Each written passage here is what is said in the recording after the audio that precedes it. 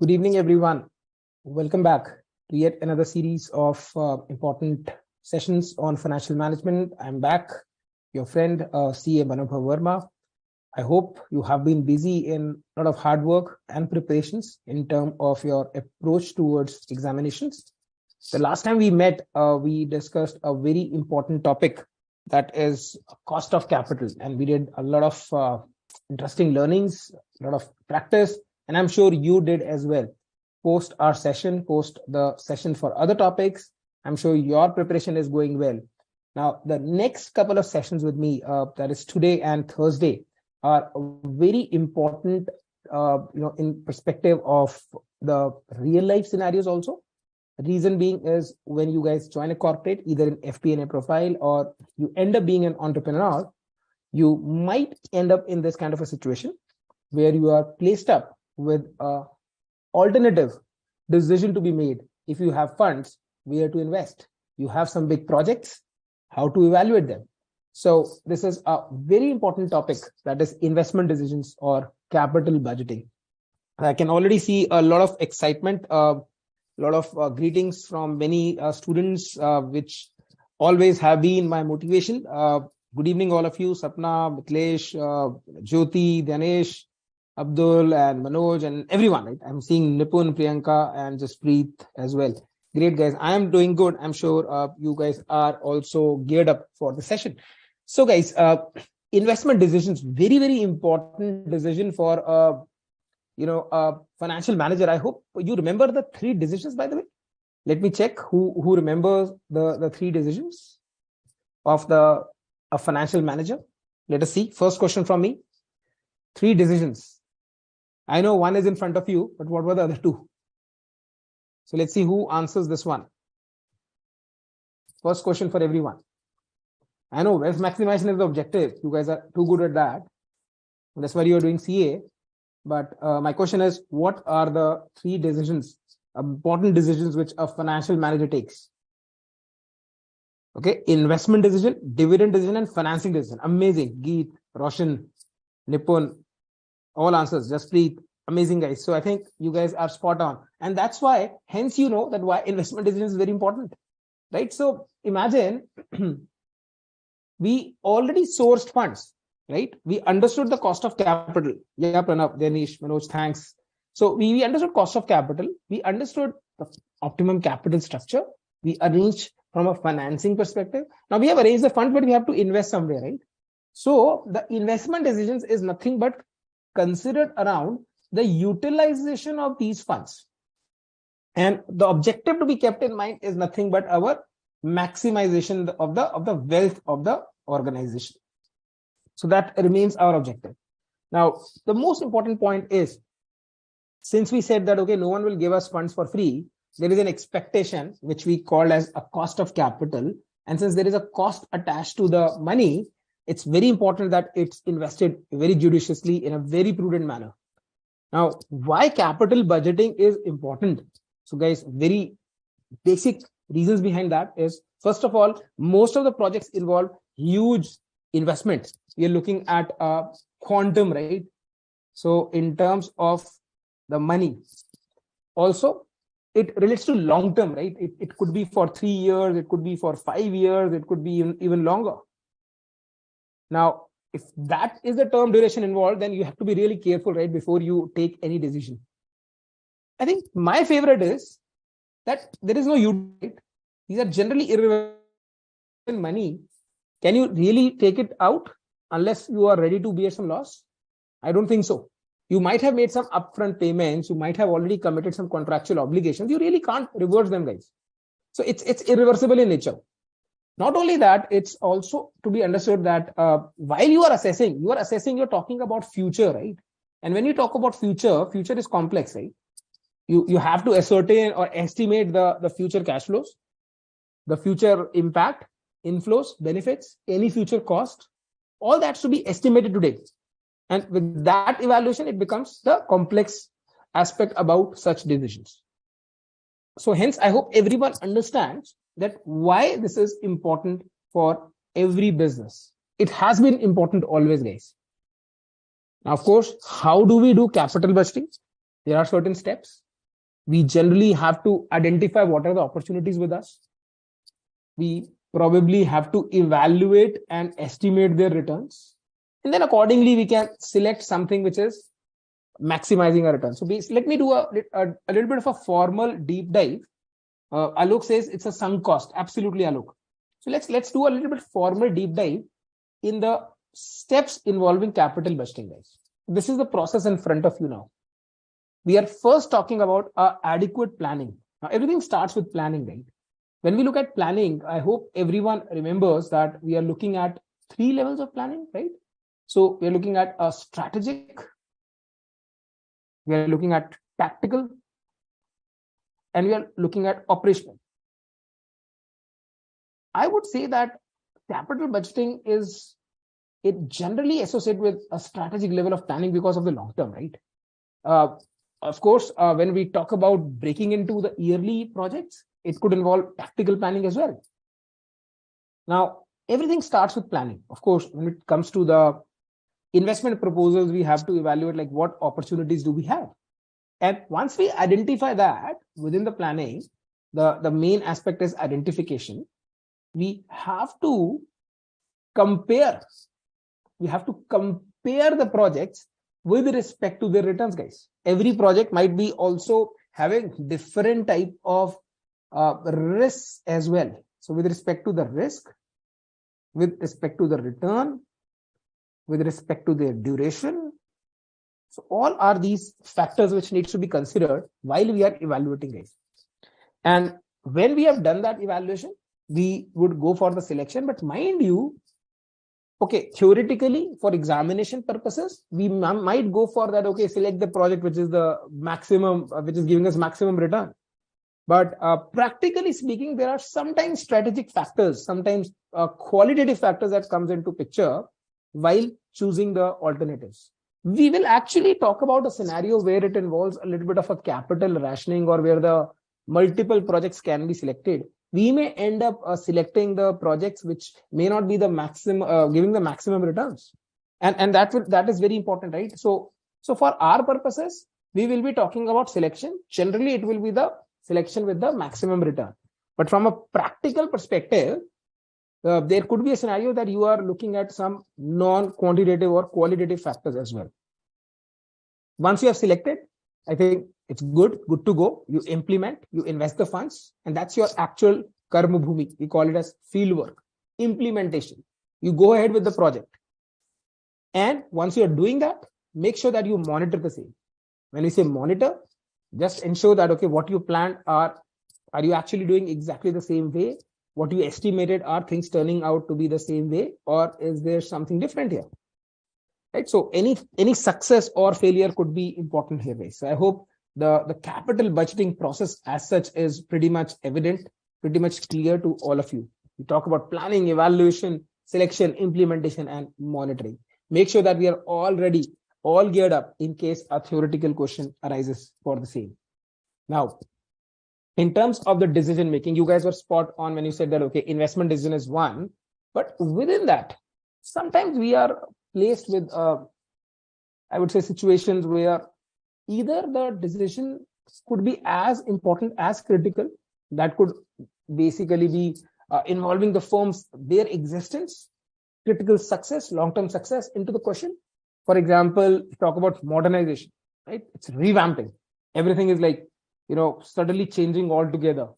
Or we are talking about replacing the old property, plant, and equipment with a new one. Or we double up the expansion. We talk about adding more factories. We talk about new product lines. These are the factors where the decision can impact the firm's existence, guys. These factors can actually impact the firm's existence. Whereas, on the other hand, there could be some day-to-day decision making in terms of the projects which the organization has been taking up over the number of years. For example, we talk about something called a mutually exclusive decision. Sometimes you are posed with a couple of projects wherein acceptance of one will actually mean that you have rejected other. As simple as that. That's called as mutually exclusive. When you accept one, you don't accept the other one. You just accept one. It could be accept or reject decisions where, you probably can compare each project individually, not comparing with other projects. For example, we discussed the cost of capital, right? Now, we want cost of capital to be minimum. And let's say I have 3 projects. I would say that I would go with the project which is, let's say, at least 30% above than my cost of capital. So that means I am not actually comparing project to project. I'm just doing an accept reject with a vis-a-vis individual projects.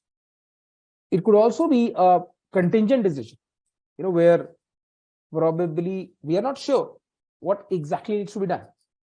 We are not sure what exactly, what exactly may require a further investment. So it's an important aspect that we need to consider while we are understanding the basis of decision, guys. Now, having said that, okay, I have a question here. Let me just read out a question from Geet. We do planning every night before we sleep, and then how we are going to divide subject per hours for next day and implement. Very good. So I think, Geet, what you are correlating is the planning aspect with our day-to-day routine. Absolutely amazing. Very good example. So what Geet is saying that, okay, anyways, you are doing the allocation of hours. Hours is a limited resource here, and you are monitoring your progress. Amazing. And I'm sure all of you are doing that, right? How can you achieve your target if you do not do that, right? You have to make a timetable, and that's what everyone is doing. So good, absolutely perfect. So anyway, so I hope everyone is clear here, right? So decisions could actually impact the firm's existence versus it could be just a day-to-day routine decision where based on the decision scenario, you have to make a choice. And mostly we will be talking about different scenarios anyways, depending on whether we have limited funds, unlimited funds, or generally funds would be limited. But in terms whether you have limited number of projects to be chosen from, or you have only one project that can be taken up. So I will talk about all that as we progress. But for us, the most important aspect to understand anything on capital budgeting is this slide there. I want everyone to be absolutely attentive here. We need to understand that we will be evaluating these projects based on their cash flows. The word is cash flows. We are not even talking about net income, net profit, cash flows. And when we talk about cash flows, it's not only cash flows, just taking from the cash flow statement, no. We are also talking about relevant cash flows. What's going to change? Relevant cash flows. We are not taking cash flows from the cash flow statement. That is why we say only incremental cash flows are to be considered. Why I am saying that is, you are talking about a project, right? If I take a project, there could be some outflow and there could be some change in inflow. There could be additional revenue. So I will be considering both, right? The outflow and whatever is the revenue from that particular project. That's an incremental cash flow. And why we are looking for cash flows, guys? Because we all know that, we are looking at in terms of the project evaluation from the basis of net income, which anyways follows accrual method of accounting. Now you may do accrual for a couple of years, actual claims come later on, or actual expenses are settled later on. In that case, what happens is your outflow and actual inflow is not matched, right? We all understand what is accrual all about, right? Accrual is for your financial reporting perspective. So we are not focusing on net income here. We are focusing on cash flows. Although I will talk about something called accounting rate of return. When we talk about a non-discounting methods, that's the only method where we'll be looking at the net income as well. Although the basic disadvantage is the same only, which I'm talking about. Roshan says, firm's existence means factors help for the survival of firm. Okay, Roshan, it's not only survival, but something which could change the dimensions of the company. A company which was doing so well, something went bad, and it can really shaken you up. It's not only basis the survival, but it could change the dimensions also, right? Good. So guys, everyone okay here? Can I get a quick confirmation? All are understanding that what I mean by incremental cash flows and not even looking in terms of the accrual here. Why we are doing the incremental cash flows? Because accounting profits may have a timing mismatch in terms of the inflow and outflow. It's not based on the realization basis. It's based on accrual basis. May I get a quick confirmation for everyone, guys? Till now, everyone is clear? Great. Thanks, Jyoti. Thanks, Pranav, Dinesh. Good to see that we are all on the same page here. Josh says, better than okay. Josh, your name reminds me of a question which I generally ask in every session. Actually, how is the Josh? Right? I'm sure it's high for all of us. It already reflects. Anyway, so okay, what are the other factors we are considering here, guys? The first one, very important, depreciation. I said we consider only incremental or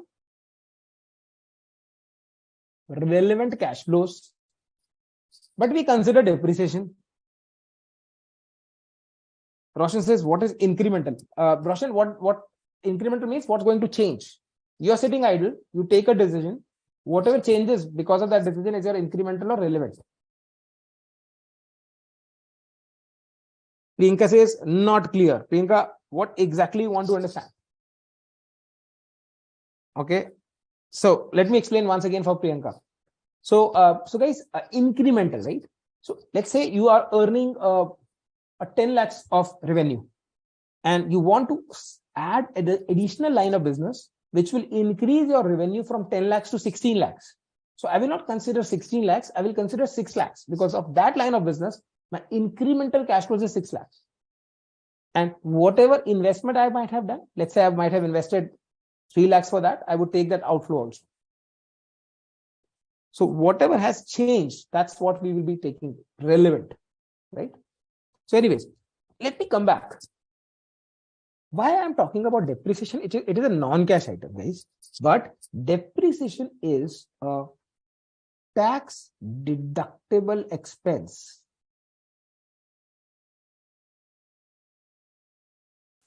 It's a tax deductible expense. That means it gives us a tax benefit.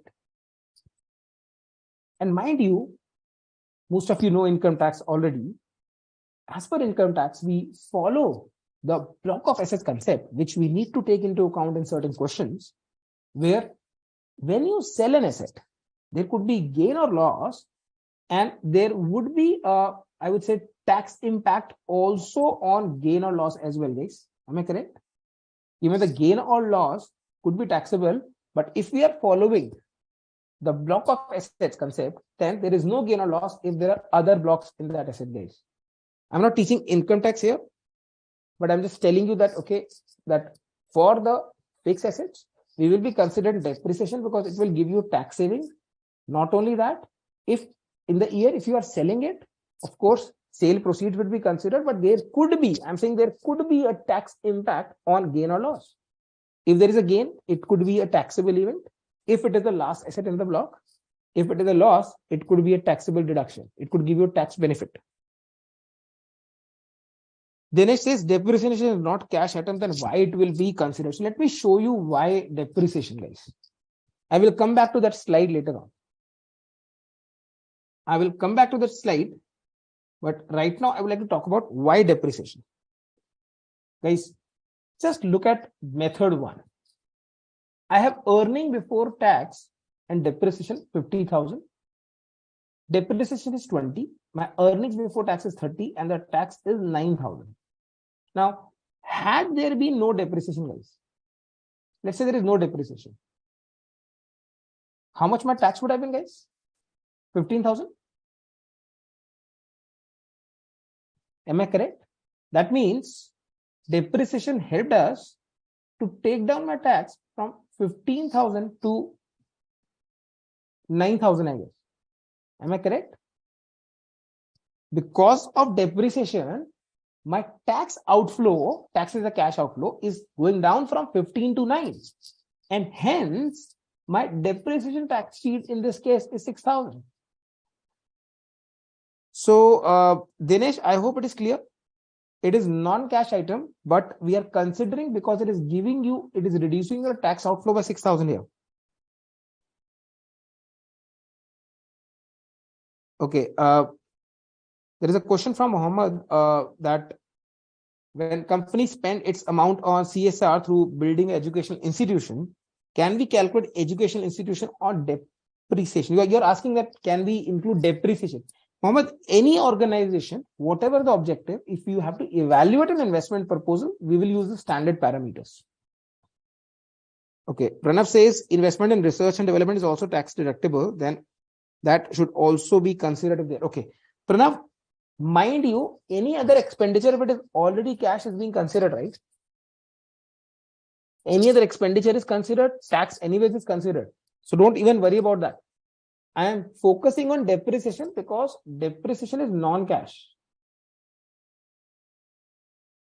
Depreciation is non-cash. And I said that, okay, we will be taking cash flows. Depreciation is a tax deductible item which can reduce your tax. Like I just showed you, if in this case there was no depreciation, my tax would have been 15, which is now reduced to 9. Okay.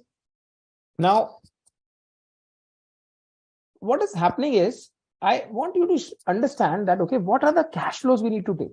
My profit after tax is 21. But what I'm doing is, I'm adding back the depreciation of 20,000 because it is non-cash. My net cash flow is 41. My net cash flow is 41. Or, this is one way to look at it. One way to look at calculate your cash flows is add back depreciation to profit after tax. Or I would say, add back any non-cash item to profit after tax. However, there is another way to look at it. Method 2. This is very interesting, guys. Some of you may like method 1. Some of you may like method 2 to understand how to calculate cash flows from profit after tax. In method 2, what we have done is, we have not taken profit after tax, we have taken earning before tax and depreciation. We have taken earning before tax and depreciation, and we have reduced the tax, like what I did to explain you, as if there is no depreciation. We calculated the cash profits as 35, and in that, we added the tax shield by depreciation of 6,000 to arrive at same number, 41.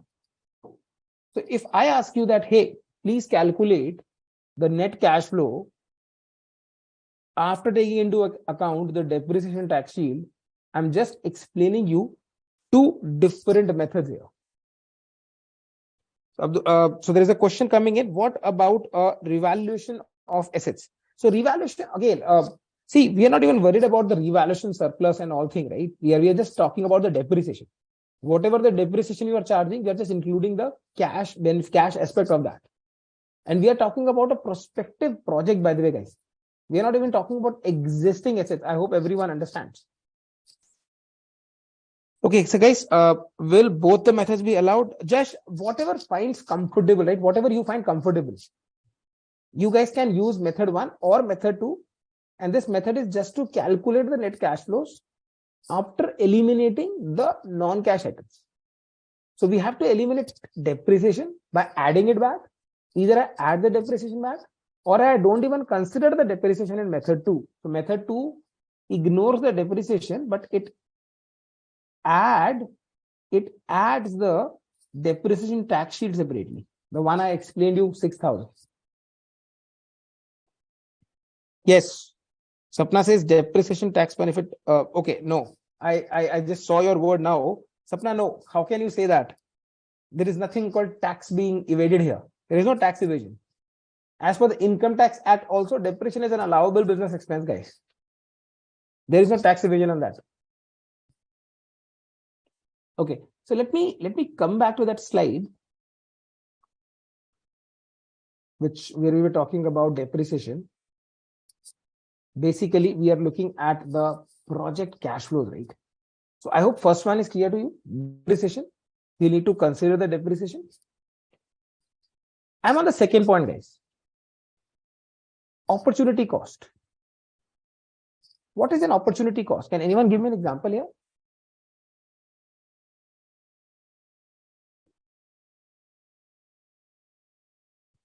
Pranav, I don't want to mix the cash flow statement with that, because in cash flow statement, we have a lot of other things, right? I agree. What you are saying is like adding the non-cash items back. That's fine. But it's not the complete thing, right? In cash flow, there are other things as well. Okay, so guys, can anyone tell me what do you mean by opportunity cost?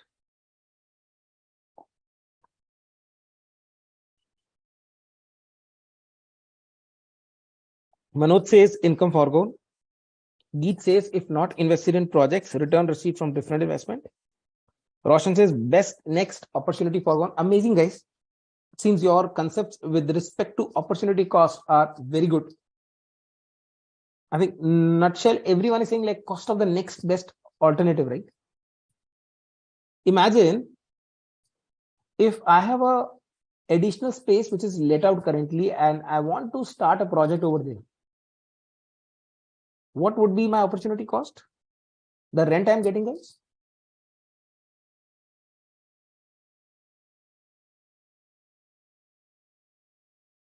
Am I correct?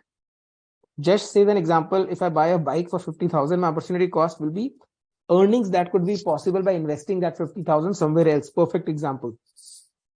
Great, guys. So I'm sure you guys know why opportunity cost needs to be considered, because it is a relevant cash flow. You're forgiving that. Right, Prachi? Sharon, absolutely.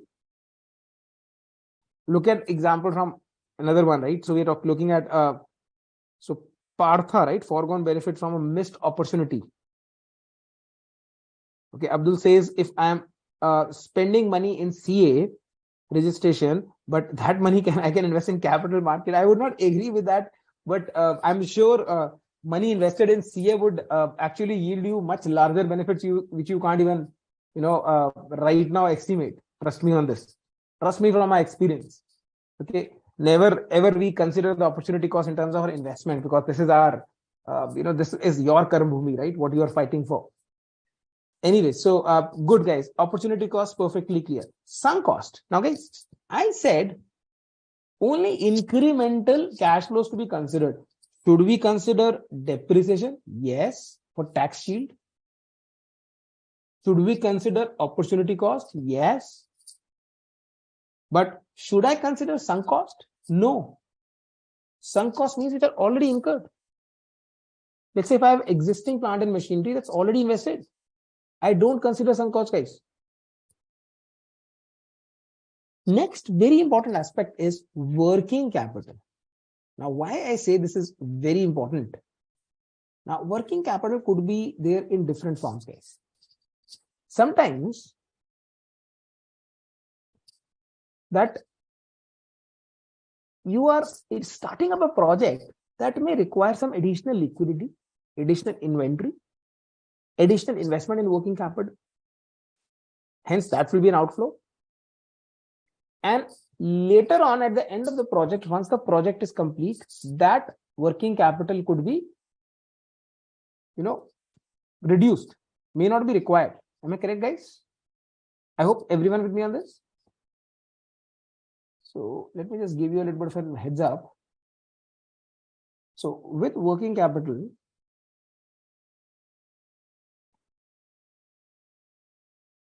so let's say this is a project beginning and this is ending.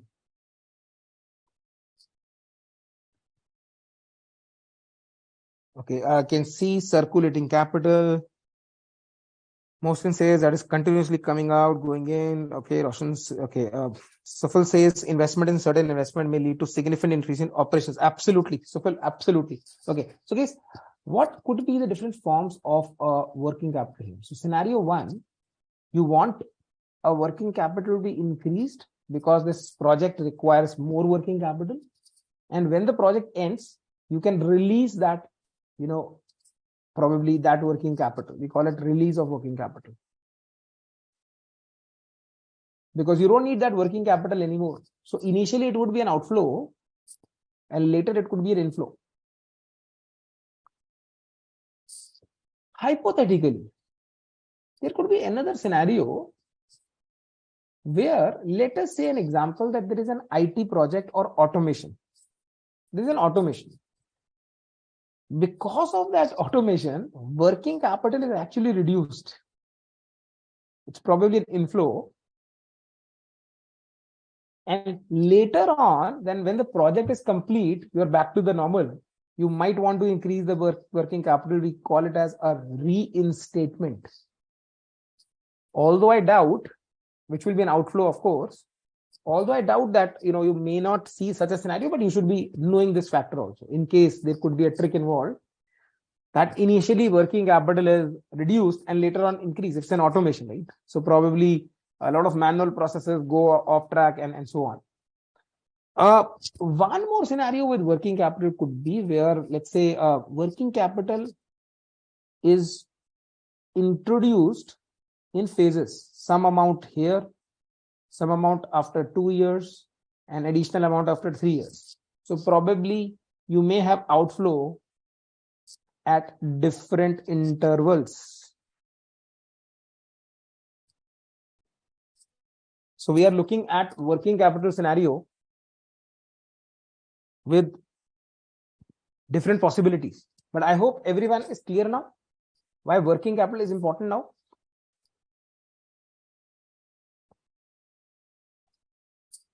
Everyone clear, guys? That means working capital is big tick marks. We need to consider the working capital. It could be either ways, addition or reduction in working capital initially, and accordingly vice versa towards end. Guys, working capital. Can you guys quickly give your confirmation? Is it working for you? Great. Thanks, Alok, Ganesh, Sapna. Okay. Now, next aspect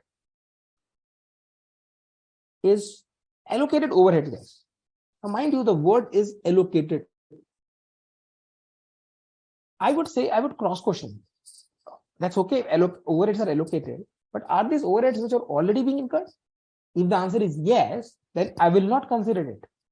But if there is any additional overhead is being incurred because of the project, I will consider with respect to the allocated overhead. If it is the existing overheads being allocated to the project, I will not consider it. This is not a cash flow, relevant cash flow then. Okay, next one is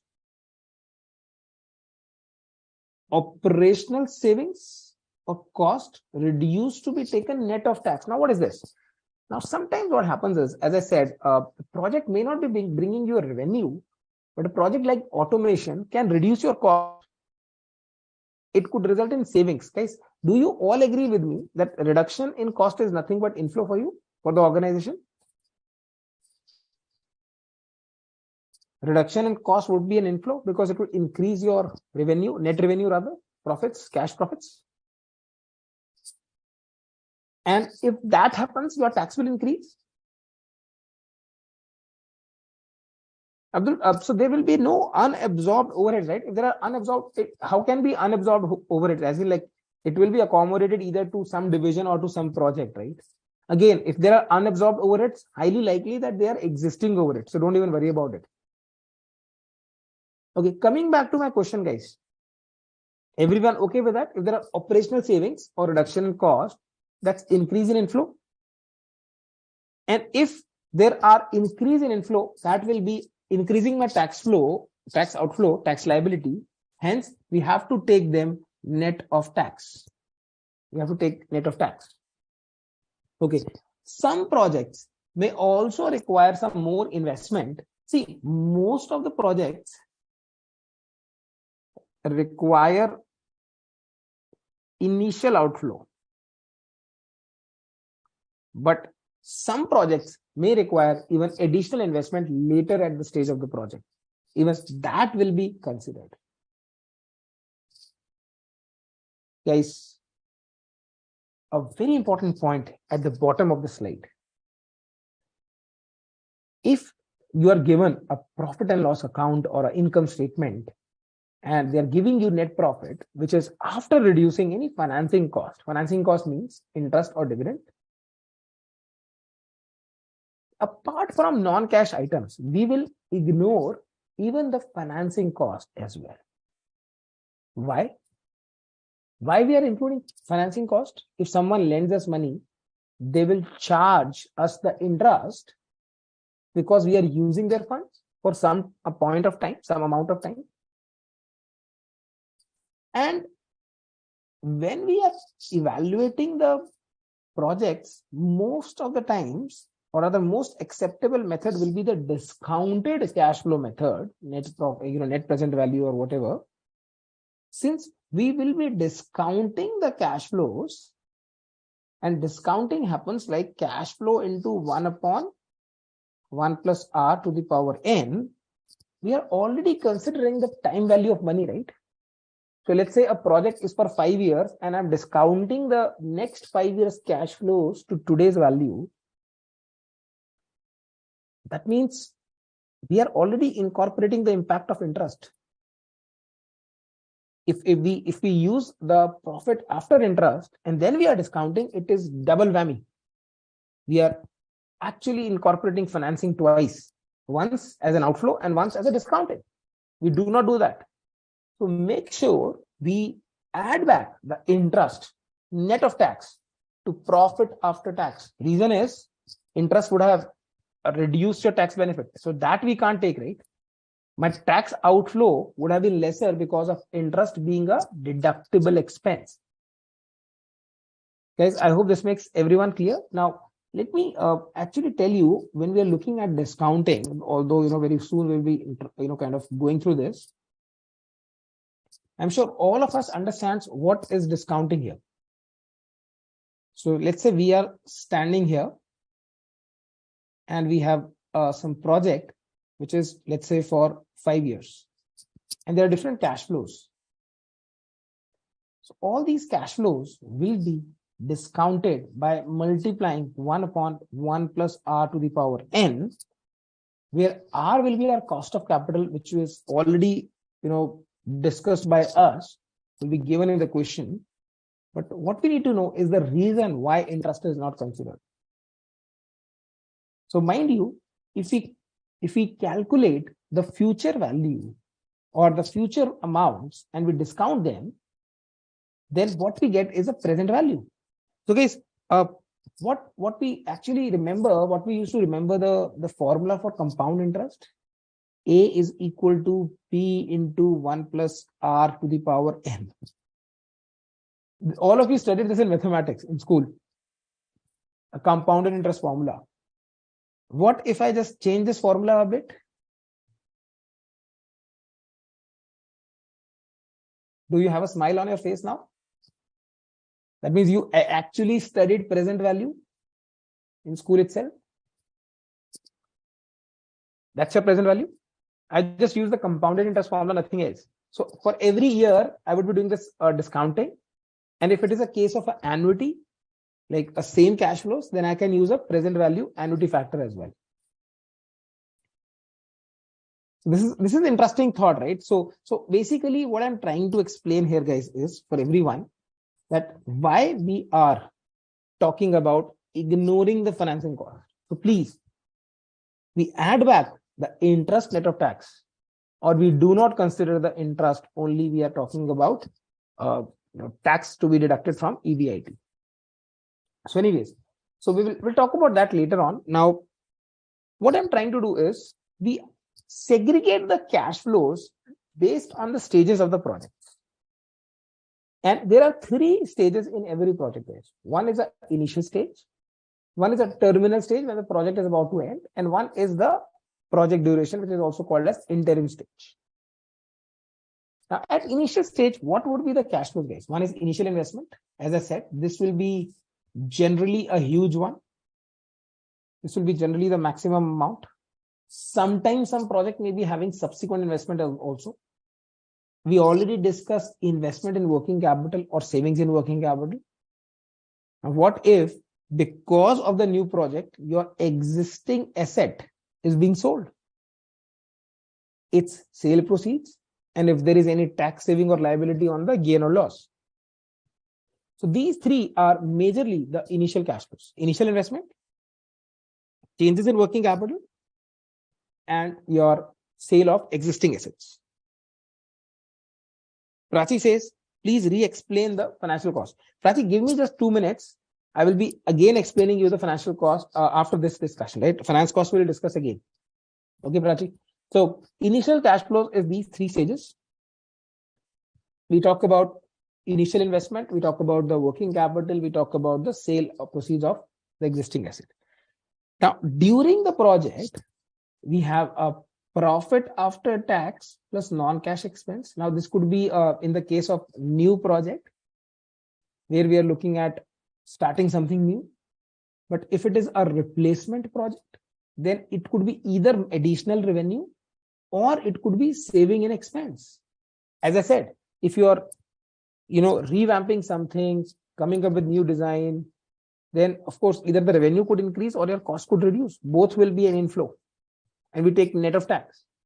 And additional working capital, if required. Remember, I explained you that working capital requirements could be 3 forms. This is the 3rd form, where additional working capital could be there during the life of the project. And when you reach the project end, we will also have the interim cash flow for the last year also. Interim means this one. In the last year also, you will have some savings or profit. When the project is complete, there could be some salvage value of the asset. If you are selling that new asset, all this is your estimate, right? You are projecting it. And then there could be a release or reinstatement of working capital. 3 stages, guys. Any questions on the 3 stages, guys? Interim, initial, and final?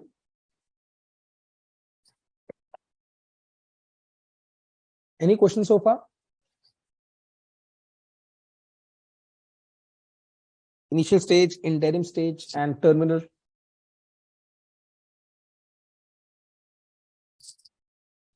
Okay. Let's see query panel for a moment. Prachi, I know I'm yet to answer you. Great. Okay. So if I go to the next slide, this one. Okay. This is what. Okay, Prachi. Now I would like to talk about that. Your financial interest. If you see what happens is that we generally have sales minus variable cost is your contribution. I think everyone understands this point, right? And then we talk about fixed cash cost. Imagine fixed cost, but fixed cash cost. We are reducing the depreciation. Wow. Even if it is non-cash, because we will be adding back the depreciation later on. My method 1.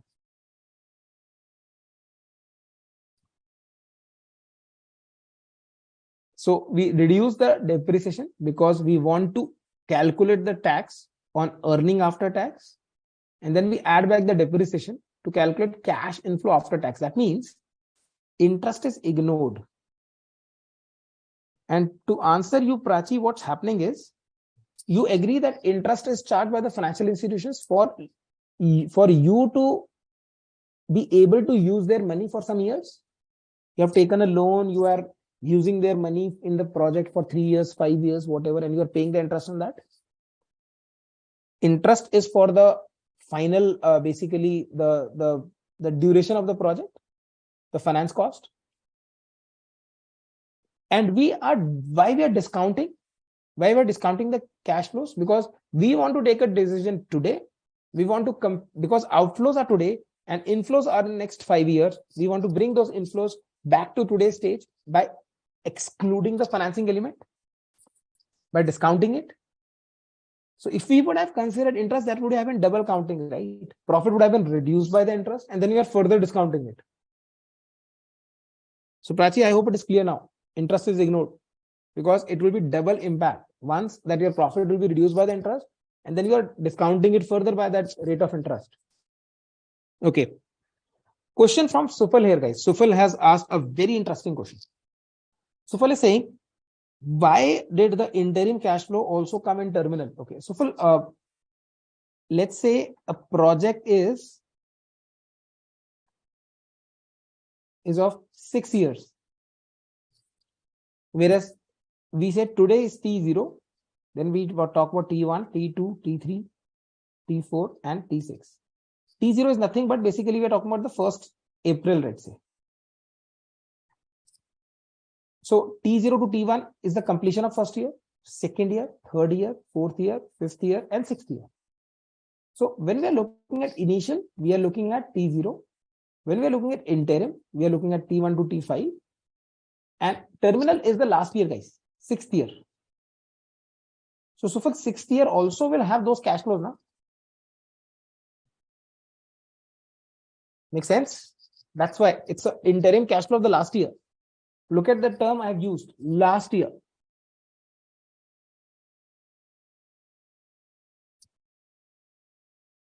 Is it clear, my friend? Great. So good, guys. So I think let's do one thing.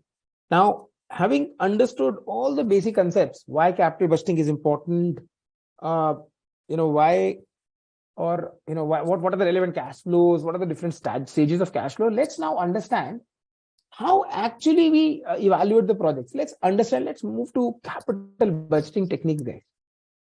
We all agreed 45 minutes back that you have to be very critical about evaluating the capital budgeting related decisions because of the scarcity of resource, time value, irreversible, and so on. Now, to maximize the return of the shareholders, that is the wealth maximization objective, and that's why we are going for the most profitable investments. Because again, if you take a bad decision, there is no U-turn. Basically, it could be devastating for the organization. Now, you can see there are two different techniques. One is traditional or non-discounting, which is, I would say, rarely used. I mean to say that you might use it only for a very, very shorter period projects. But we say that the discounted cash flow techniques is one which is mostly used. But for our examination, we need to be aware of both. Now, traditional methods, we will talk about basically only two: payback period and accounting rate of return. And that's what I was telling you guys earlier. Accounting rate of return is the only method we will be using the net income. And of course, that becomes its disadvantage. Whereas in the discounted cash flow, the most important points or the methods which will be tested in your exams are, in fact, I would say these three, right? So net present value, IRR, and sometimes we talk about profitability index and discounted payback also. Once you understand a payback period, then you also understand discounted payback. So there is nothing much different except for the discounted cash flows. So, but anyways, we'll go through all of these methods, guys. We can't ignore really anyone because you never know. They ask you an aspect with respect to a non-discounting as well. So first one here is the payback period. Then, as the name suggests, how long it will take the project to pay back its investment amounts. You're looking at the length of time required for the cumulative cash flows to equal the total cash outlays. The word is cumulative because you add on. Once your capital is back, you keep on adding it, right? That means you basically need two things: initial capital investment, and whatever discussion we have done till now is because of this. We need annual after-tax cash flows. This is what we have been discussing in last half an hour. We need initial investment and we need annual after-tax cash flows. What is cash flows, right? Now, one is also called as a payback reciprocal. Let's say you calculate that, okay, hey, my payback period is 4 years. Now, there is something called payback reciprocal. That means if my payback period is 4 years, what is payback reciprocal? 1/4. Right? That's payback reciprocal. Now, payback reciprocal generally gives you an approximation of a IRR of the project, internal rate of return. That is the rate where the present value of cash outflows is equal to inflows. But that generally will be the case where project duration is at least more than twice the payback period. So it's not very much common, but theoretically we should know that, okay, what is the payback reciprocal? This is more or less an approximation of IRR, although we will study IRR method separately. It is just to know that, okay, if the project life is bigger, longer. So let's say my payback, period, as I took an example, was 4 years, and my project life is 10 years. In that case, probably it could give us an approximate if our cash flows are also uniform. So don't worry about IRR right now. We'll talk about that later. Now, coming back to payback discussion, guys. Now, in payback period, how do we calculate cumulative cash flow? Imagine, let me take an example here.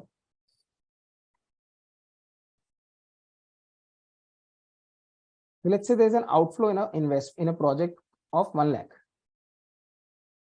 And then there is a 5-year project. And every year it is giving 30,000.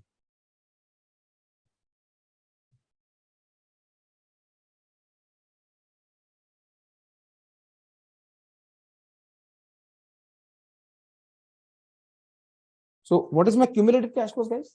30,000, 60,000, 90,000, 1,20,000 and 1,50,000.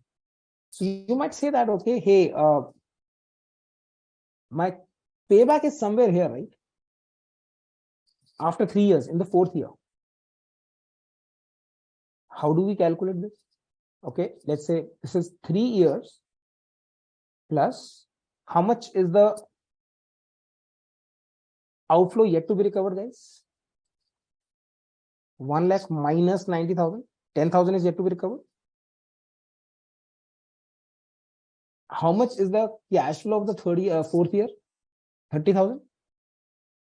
So 30,000 is the full year cash flow, and 10,000 was supposed to be recovered. That means we are getting 3.33 years. Now, this is a longer way to understand the concept.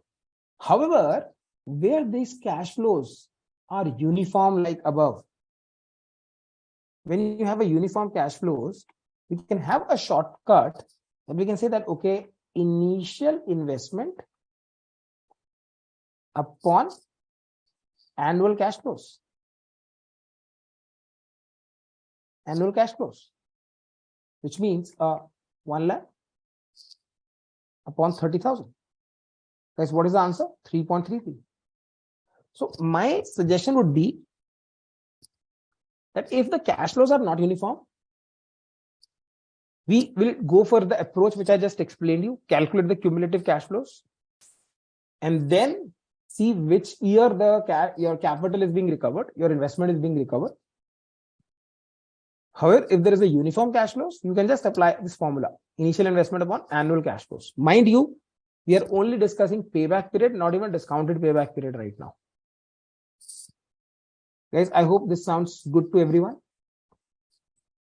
I hope you guys are clear on what happens when we are looking at a uniform cash flows. So there is an example for everyone on the screen.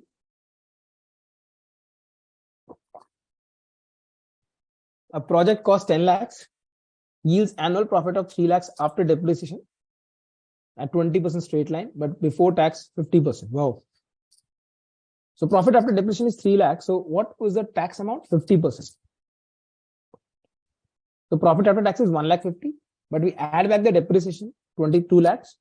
So we arrive at after tax cash flows of 3,50,000 here.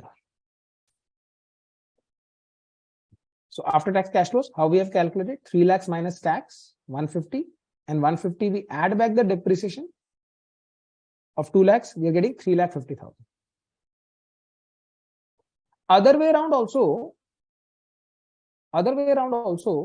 see, we need to consider like, of course, there were 2 methods. We are looking at 3 lakhs, right? So what I could have done is, probably we need to ignore the depreciation. Then what would have been my profit here? 3 lakhs.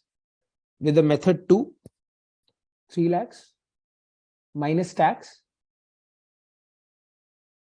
Or rather, if we talk about a tax benefit perspective, right? So 3 lakhs is after depreciation. So probably what would have been the depreciation amount, guys? 2 lakhs, right? So my profit before depreciation would have been 5 lakhs. Method 2 I am talking about.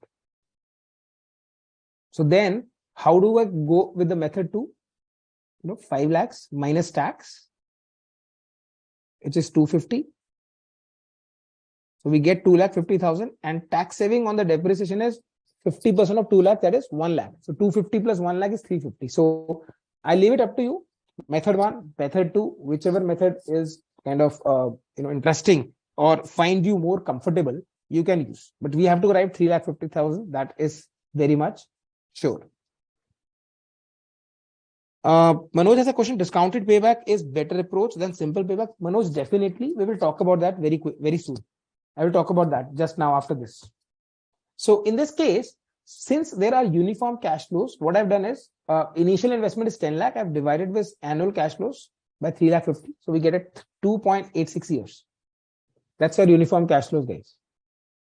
Whereas if there is uneven cash flows, the approach which I just explained you guys, you can see on the screen, we have to calculate the cumulative cash after tax flows, and you have to calculate accordingly whichever year the entire capital is recovered.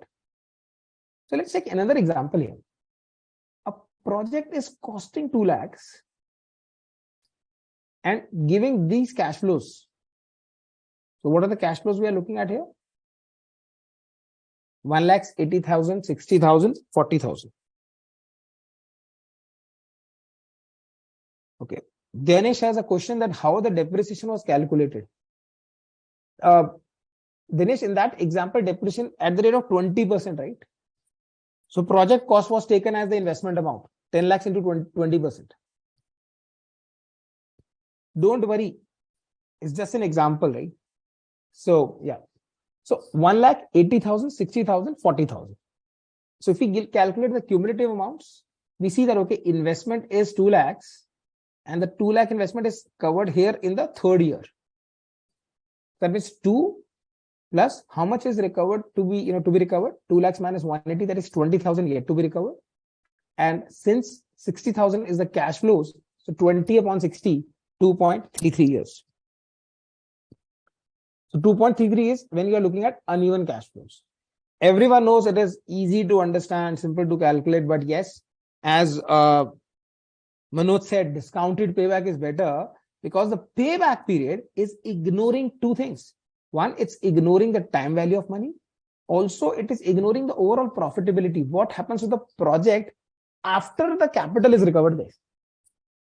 Now, this is a drawback even for the discounted payback. Payback methods, whether it is normal payback, undiscounted or discounted, they never consider the profits after the capital is recovered. They never consider that. That's the problem anyhow. So basically they ignore the longer term projects. Now, let us do one thing. Let us also talk about discounted payback simultaneously. Although we will be discussing discounted techniques later on, but I would like to quickly talk about discounted payback as well. So let me go to the other slide. Yeah.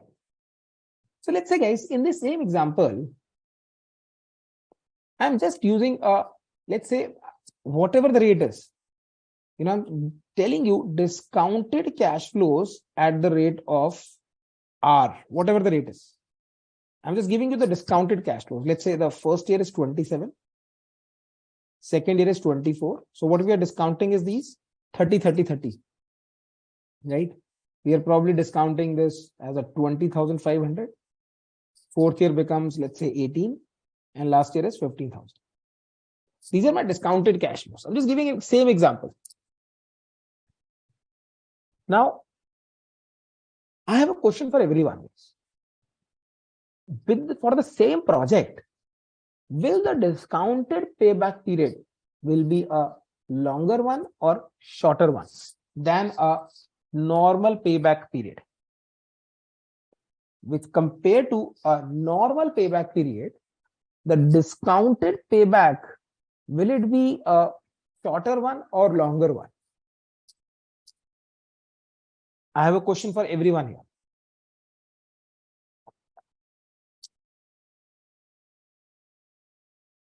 I've just given you an example that, what is the discounted cash flows? Amazing.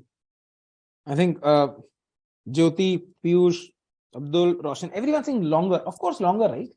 Because the cash flows are reduced, right? Discounted cash flows are a smaller number. We again have to calculate cumulative, right? So cumulative discounted cash flows. It's 27, 51. It's 71.5.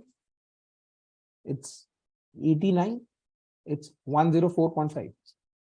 So probably this is 4+ years. It is 4+ years now. Absolutely, Geet, perfect.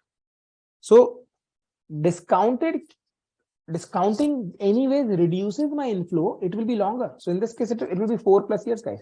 You guys are rock stars. Everyone understands now, okay, the payback method and discounted payback method. Very good, guys. Okay, Just says, can a payback method be or payback period be called as a PE ratio, price earning? Again. So just there could be other factors also in terms of the PE ratio. I would not say that, because in terms of the price, there could be other factors involved as well.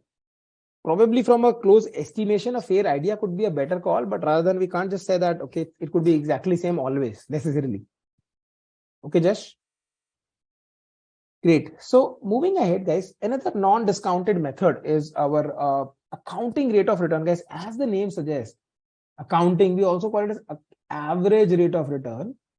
The only problem is that, okay, it's based on the accounting profits. We can criticize this method in terms of accounting profit is based on the lot of accruals, estimates, accounting policies, and net income could also involve management bias or whatever. But having said that, one of the methods, we have to just understand how do we calculate average rate of return of a project. So guys, very important, please. A project could be running 3 years, 5 years, 7 years. It's a long-term project. Please focus that there is a word averaging.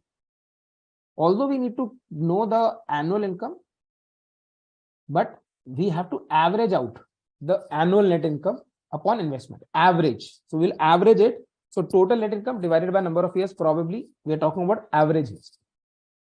So numerator is average net income generated by the project over life. And investment denominator could be measured in multiple ways. Either we can use the entire initial investment or average investment over life, or probably we can calculate the ARR for every year and we can then average it out. Hypothetical, theoretical, but yet interesting. We need to just know it. If the working capital is needed in the project, then average investment will be slightly different, because what we will be doing is we will be averaging out the investment after excluding the salvage value that we'll be getting at the end, and we will be adding the additional working capital and salvage value. Can anyone tell me why we are adding the salvage value back again after reducing it? Why we are adding it back again? We are not averaging the salvage value.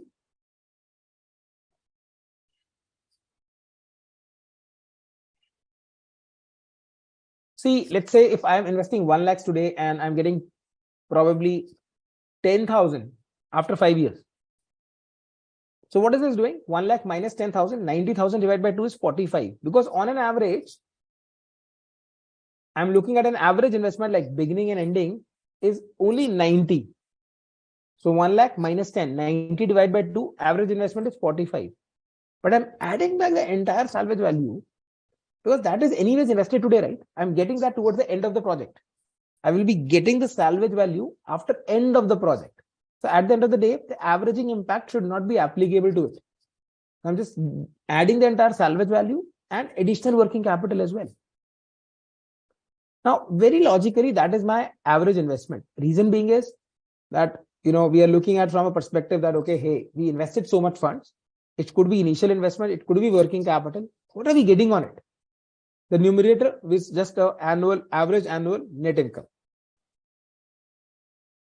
Alok says because it is not outflow. Yeah. So Alok, basically it was an inflow. We initially reduced it and then we added it back because we anyways invested that amount, right? Good answer. Okay, so we have an example here. Suppose Cisco Limited is going to invest in a project, a sum of 3 lakhs, having a lifespan of 3 years. Salvage value of machine is 90 and the profit before depreciation every year is 150. Wow. So profit before depreciation and tax is given to us. Geet says salvage value in working capital is recovered. Absolutely correct, Geet. Perfect. Same answer. Okay. So guys, in this case, what is the depreciation, guys? 3 lakhs minus 90,000 is salvage upon 370,000. And hence, what is my annual net income? 1,50,000 minus 70 is profit before tax. 70 is my depreciation. And then 80,000 minus tax, 30% is 56,000. So 56,000 is my profit after tax. And hence, if we use that, okay, what is my, if I say that, okay, my investment is initial investment, my ARR is 56 upon 3 lakhs. Now, why we are looking at 56,000 as a numerator? Because whereas I asked you guys to do average. Now, because 56,000 is every year, that becomes average automatically. On the other hand, I could have done average of the investments. So average of investment is 3 lakhs minus 90,000 divided by 2. That is 210 divided by 2 plus 90,000. So my average investment becomes 195. Now, there is a question which generally comes from students on this point is, sir, how do we come to know that we need to calculate the ARR based on the initial investment or average investment? How do we come to know? First of all, of course, as I said that it is not a very commonly tested area, but since you need to know it, I would recommend that, okay, if you have to take an assumption, probably give both the answer. And if the question is specific about it, then you have your choice, right? If the question is specifically asking you, you can give that calculation. Otherwise, I would say give both the numbers. That would be my answer. Because your ARR changes, right? ARR based on the initial investment is 18.67. Whereas ARR based on the average investment is 28.72. Other way around, we could also do a third option that we calculate the ARR for all the 3 years and we divide it. Right? So basically every year my investment changes, right? My investment changes because depreciation is 70,000. So I'm calculating the ARR for every year. I'm just averaging it out. But anyways, you know, the point here is, I would say, although you can see is that, okay, you have financial statements ready. You have net profit easily available. So information is easily available, right? And that information, that P&L is prepared by management. So that is an advantage. However, I would say there are a few disadvantages. Dinesh has a question, why depreciation is not added back? Dinesh, look at the heading of the method, average rate of return or accounting rate of return. We are not even working on cash flows here. That is the biggest drawback here. Apart from the fact that it is not even considering the time value of money, it is considering net income and not cash flows. Net inflows, net income can be based on accounting policies, can be based on management adjustments or estimates. It ignores the cash flows. It is only focusing on net income. Dinesh, I hope you got your answer. We are not talking about cash flows here, and that's why I'm saying that it's not a very commonly used method. But just that we need to know it. We need to know it. No choice. Sufal says, even theoretically, how is this method accurate if there is such vast deviation? Okay. Sufal, because, there is something called, in practical industry, there is something called MIS. Different managements take different strategic calls based on different MIS reports. So we can't challenge that at the end of the day, right? Management have their perspectives, their different planning, bases. So really can't challenge that. There are certain things which are, more or less defined by the senior management. Practically, it may be workable, it may not be workable, depending on the requirement of the management. They want to just consider different scenarios. That's it. So Phil, I hope that makes sense. I know the method doesn't make sense, but I'm talking about your query. Okay. Great, guys. So now we move to discounting techniques. So till now, okay, Jash has a question. What's the need to reduce value of investment as in the same project will be better if you keep investment same or different? Okay, just because your I would say invested, so it's accounting rate of return, Jash. So apple to apple comparison, right? So numerator is your average rate of return, denominator is the investment, numerator is coming from the books, denominator is also coming from books.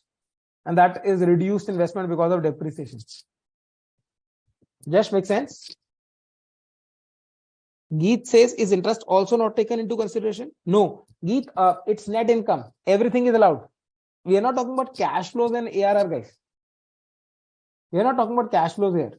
Numerator is average annual net income. Cash flows, there is no cash flows, there is no time value of money. So interest is also reduced.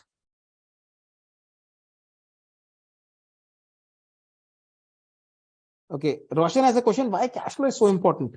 Why it requires cash instead net? Okay, so I think one answer, Roshan, I would say that I will ask you when you start your own business or you end up into senior management. But I think, right, Roshan, if you remember, when we started the discussion almost an hour back, I told you that, when we follow the net income route, I know why you are asking this is because, okay, easy information available, PNL is made for a reason. See, PNL is based on a matching principle, right? Accrual. However, sometimes we need to also understand, and we also will talk about that in working capital management later on towards the end of this month, that liquidity and profitability are two different concerns. When it comes to making a capital budgeting decision, because it requires funds, you are more concerned about the timing of the funds, not that the accrual is required here. Matching takes a back seat in terms of evaluating the capital budgeting decisions. Roshan, I hope I can't answer better than that. I'm sure now it is clear to you that why we are looking at cash flows here. We are not talking about matching. We are talking about a decision which is requiring some funds. Okay, Abdul says this can be done by net operating income. I would still say net income, right? Because operating income, when you say it's earning before, we're talking about, gross margin, or rather, I would say earning before interest and tax. So I would still go with net income because it's an average accounting rate of return. Okay, so what we have done till now, we have talked about non-discounting methods. We have talked about non-discounting methods, payback, average accounting rate of return method. We have also talked about one discounting technique, which I was explaining earlier, was discounted payback. However, broadly, when we talk about discounted techniques, mind you, we will be back to cash flows now. So come out of your ARR zone, guys. I request everyone, come out of your accounting rate of return zone. We are out of it now. We will be back to the cash flows now. Now, discounting techniques considers the most important drawbacks that was for non-discounting. That is, it takes into account the time value of money. So guys, if I ask everyone here, if I were to give you 500 rupees back, which I borrowed, would you like that 500 rupees today or let's say a year later? Would you like that 500 rupees today or a year later? By the way, I don't owe anyone. So don't tell me later on that, hey, sir, you actually told us like that you owe us, right? I'm just taking an example. Roshan, absolutely, you're right. Okay, so guys, would you like to get the funds returned today or a year later? Everyone is like, so much today, right? Piyush says today, Dinesh, Jyoti, Geet, Manoj, everyone says today, right? And that's why I think it's give and take, right? I also ask you hard work today, not tomorrow. I also keep on pushing you that, you have to study today, not tomorrow. So it's all about today, right? It's all about now. Everyone says like, live life. I think work hard. Great. Good, guys. So everyone understand that, okay, we talk about the funds today. That's your present value. And that's why time value of money is very important, guys. So now at what rate cash flows? We already discussed that discounting rate in our earlier sessions. That would be generally the WACC, weighted average cost of capital. Now, the most common discounting technique here is the net present value method, which is nothing but the present value of cash inflows minus present value of cash outflows, or we can say initial investment. Now, why I'm saying present value of cash outflow or initial investment? Because if there is no other outflow later in the project, it's only initial investment. But if there are multiple cash outflows, then it is present value of both. And how do we calculate this? Of course, we discount both the sides. We discount the cash flows. You can see C1 into 1 plus 1 upon 1 plus K. K is nothing but your discount rate here. Now, this C1, C2, C3 and all, there are cash flows for various years. Mind you, there could be, again, uniform cash flows. We also call it as annuity, where we will be using present value annuity factor. Present value annuity factor is nothing but total of the discounting factor.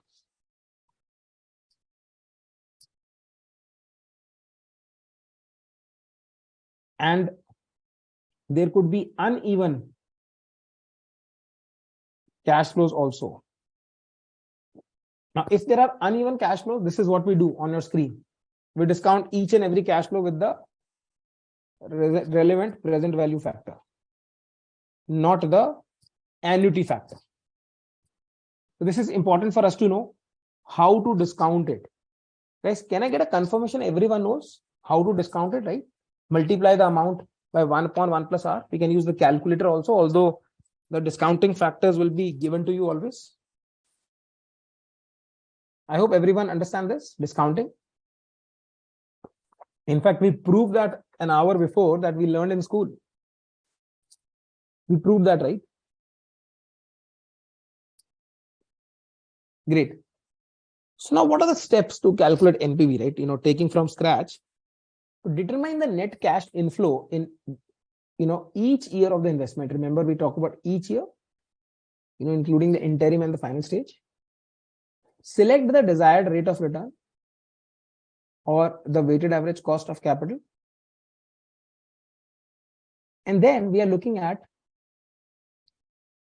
find the discount factor for each year based on the desired rate of return. So this is nothing but 1 upon 1 plus R or K to the power N. And then we have to multiply this. We multiply this with the cash flows we calculated. We multiply with the respective discount factors.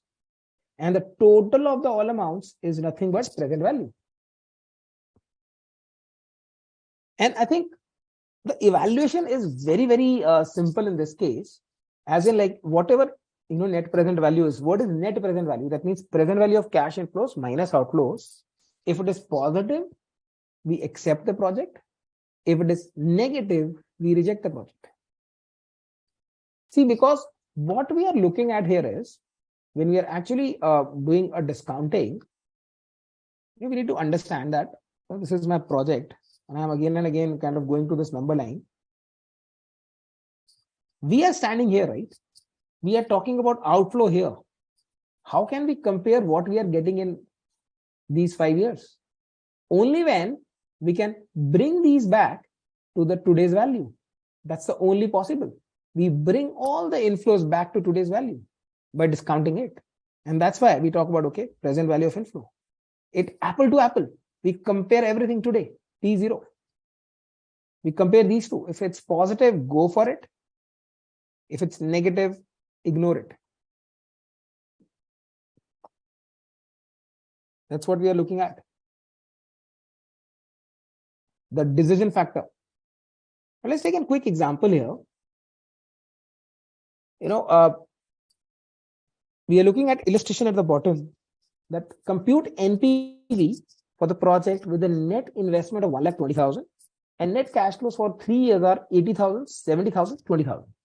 And they're giving you the company's cost of capital is 10% and present value factors are 0.909, 0.826, 0.751. Mind you, we do not have a uniform cash flow here. So we have to multiply separately. So 1,20,000 is today's outflow. So there is no required of discounting it. But each of the factor is multiplied by the respective cash inflows. And we add all them, we get a positive NPV, guys. We get a positive NPV, 25,560. Why? What do we say? Go ahead, accept the project. This is good news. This is good news. However, at some point, we will also see that if there are multiple projects, we might go for a highest NPV if capital is a, rationed or limited. But if we have a option that we could select, multiple projects within the funds available, then we will have to go for a combination where the NPV is maximum. It may not be the highest NPV project selected then. I will talk about that later. For now, please understand that yes, there could be possible. Let's say I have 10 lakhs and I have small projects of 3 lakhs, 2 lakhs, 4 lakhs. I will see that combination which can utilize my all of the funds and maximize the combined NPV. In that case, it may not be the case that I'm only selecting the highest NPV project. So make sure that we understand that as well. So from an advantage, big advantage, guys, finally we are there. We are saying that finally we can say that, hey, time value of money is considered. Second advantage, which was a drawback of a payback period, it considers entire life of the project, all cash flows, even after payback, are considered here. And hence it can actually facilitate a comparison. The only thing is, okay, it requires some calculations. Okay, I could go for a one disadvantage. It's an absolute measure, not a relative measure, because it ignores the difference in the initial outlay. It could be a scenario where, the initial outlay is huge in one project is 30 lakhs and the other project is 20 lakhs. I'm just comparing the NPV of two projects, but I have to also consider one project requires 30 lakhs and another project is 20 lakhs. And of course, the fact that, okay, we are looking at cash flows, we are looking at estimates, we are looking at discounting factor, all depends on the accuracy of how do we estimate each of the factors, guys. How do we estimate the cash flows? How do we estimate the cost of capital? All the factors will determine the accuracy here for us. And these are the factors which are important. Okay, so let's do one thing. It's 7:22 already. Let's do a quick 10 minutes break here. Let's take a quick 10 minutes break. Come back with a fresh perspective, freshen yourself up with full energy. We are back. We'll be targeting some MCQs and we'll be going ahead with other methods as well. So let's take a 10 minutes break, guys. Quickly. Be back after the break.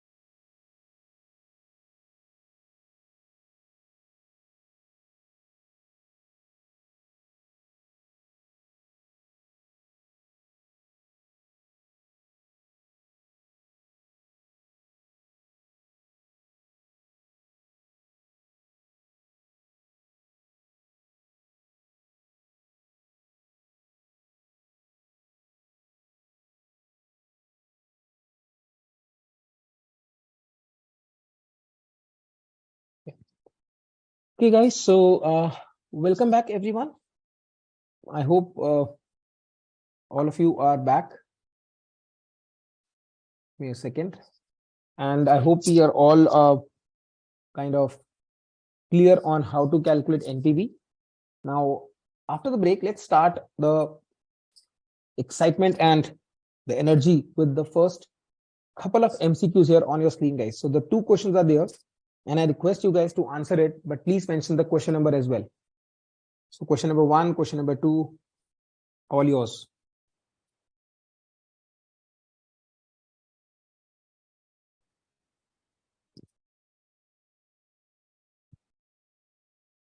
Okay, let me see if anyone has answered anything already.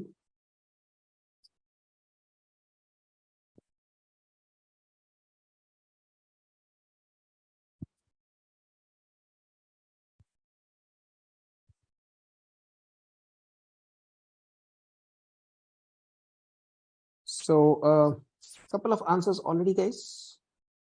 Right now, I think the focus is on question number 1 for most of you.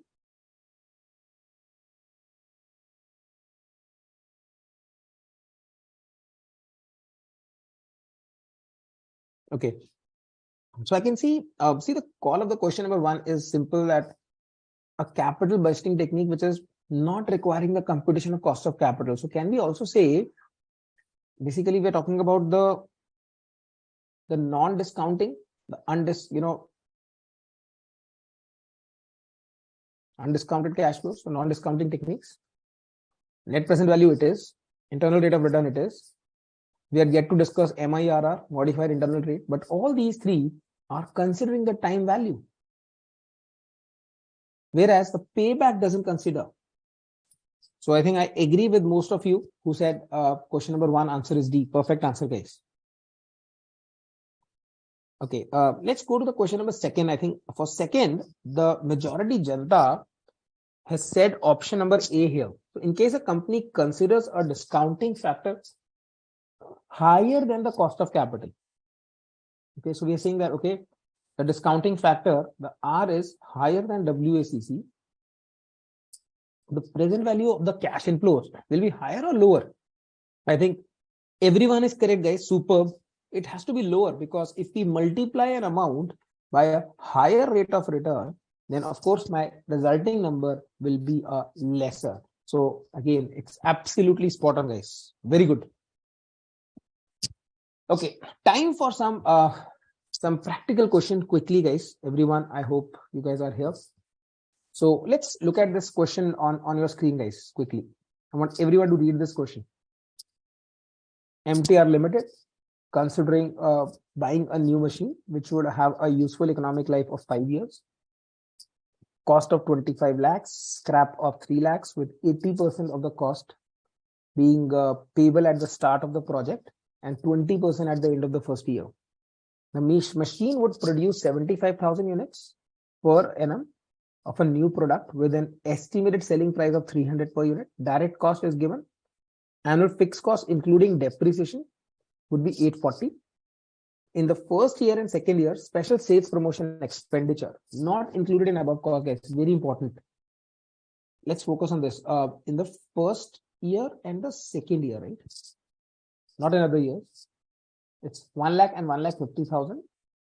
We have to evaluate the project using NPV, and we have to ignore the tax for this illustration, guys.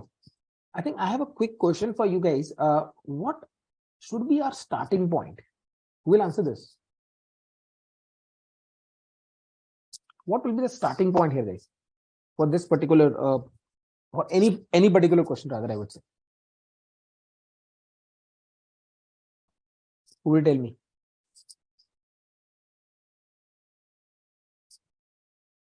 What would be my starting point?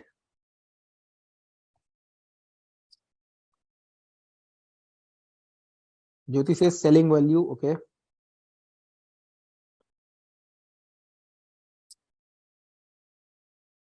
I think calculating the cash flows, guys, I guess.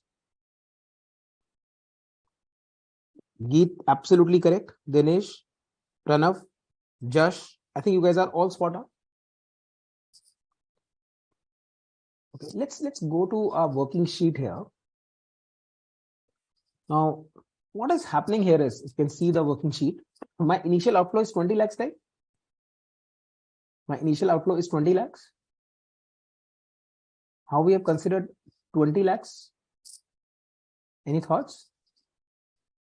Because 25 lakhs is the total value. 80% is, the initial one. 25 lakhs into 80% is 20 lakhs what we have to give initially. And 5 lakhs is something which we have to give after 1 year. So if you can see, I'm highlighting in yellow. That's the, I will say asset minus scrap value. No, we are not considering scrap yet. We are talking about the payment of 25 lakhs is in 2 installments. 20 lakhs now and 20% 1 year later. Right? And my salvage is 3 lakhs. So what is my depreciation, guys? 25 minus 3, 22 lakhs divided by 5, I guess, right? So depreciation is clear to everyone? 4,40,000. Depreciation is 4,40,000. Hence, apart from depreciation, my other fixed cost is 4 lakhs.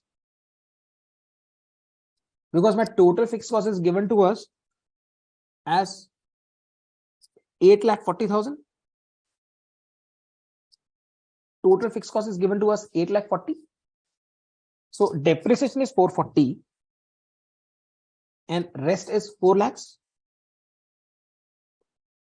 Prachi says depreciation calculation. Prachi, 25 lakhs is my machine cost, 3 lakhs is my salvage. So 22 lakhs divided by 5, right?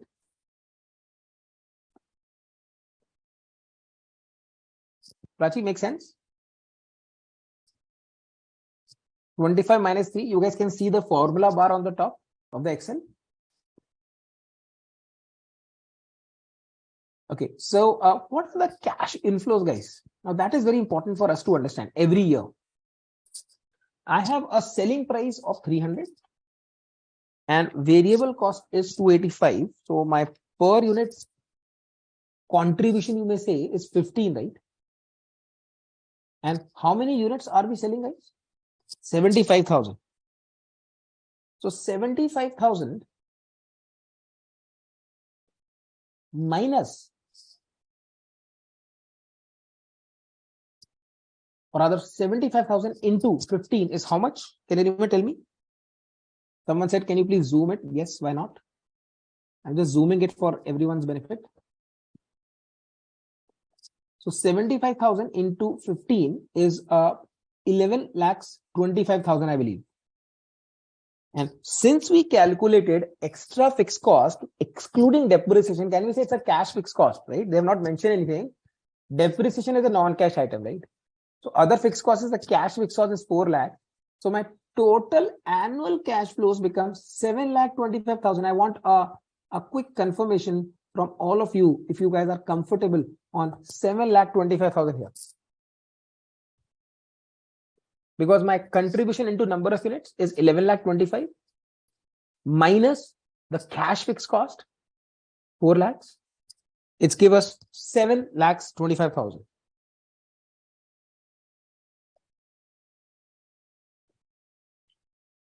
Now we also get the sales promotion, which was in initial 2 years, 1 lakh and 150, guys. That's what I've plotted here. And we just did the total cash flows here for all the years. So in this case, my initial year is 0, column 0.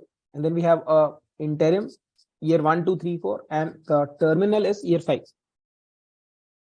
And mind you, in the terminal year 5, there is also a scrap value of 3 lakhs. And we have been specifically told to ignore tax. So that's the good news. And in the question, they told us the assuming cost of capital is 14%. So my discounting rates can be calculated for, dividing the 1 upon 1.14, 1 upon 1.14 square, and so on. We multiply all these cash flows with the discounting factors, and the total NPV is coming out to be approximately 3,058. Or if you guys are also calculating, it's like marginally here and there because of the rounding off issue, that's okay. It definitely is around 3,000. It's coming as a positive number.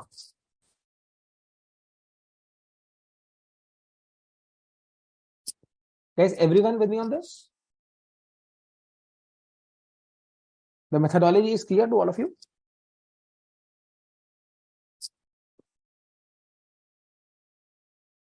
I'm just giving a couple of minutes to everyone to digest it if you have any doubts on this question. See, guys, lot depends on how much practice you are doing. So in this presentation, I have, intentionally included a lot of questions at the end for practice. We may not be covering all the questions in the class. Those are for your as a practice as an assignment. And if you guys have seen the PDF I had uploaded doesn't have answers for all of the questions yet.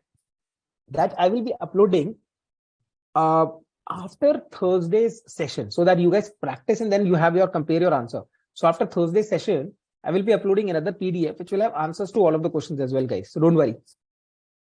Roshan says, why depreciation is not considered to be a cash inflow? Roshan, it's a non-cash item, right?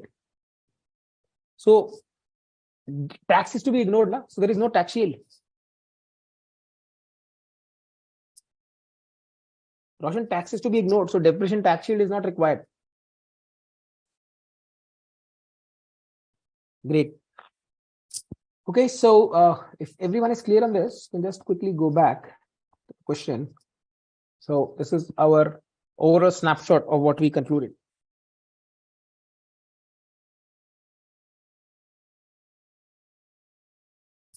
Okay, guys, so moving on, I would also like to talk about something called profitability index, also called as desirability factor. Now, NPV involves subtraction of present value of cash outflows from inflows. Profitability index is actually dividing the two, right? Present value of cash inflows upon present value of cash outflows. And in that case, your deciding factor will not be positive or negative. If my PI is more than 1, accept it because that means positive NPV. If PI is less than 1, we can reject it. And of course, if they are mutually exclusive, we can actually select the project with the highest profitability index. So you can see example, 2 projects with discounted cash outflows as 1 lakhs and 1 lakh 20. Inflows is given 150 and 190, discounted. Everything is discounted here. So we just simply calculate PI 1.5 for project 1, 1.58 for the second project here, which gives us, okay, hey, second project is having a higher PI. Let's go for it. In this, how it differs from NPV, guys? Don't worry, we will do a lot of practice. We have a couple of mega questions. Probably we'll do some more practice on Thursday. Once we are done with most of the concepts, we are yet to cover IRR and MIRR. Okay, so this is an example. Advantage, I think it's time values considered in PI. Now, it is slightly better than NPV because it's a relative measure and not absolute measure.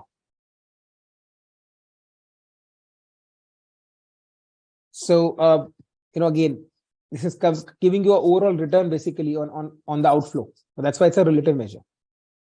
However, when you are talking about capital rationing, when you're talking about multiple projects could be taken up, then I would say, there could be a problem here. As in, it may result rejecting a project with lower PI but higher absolute return. So let me give you an example here.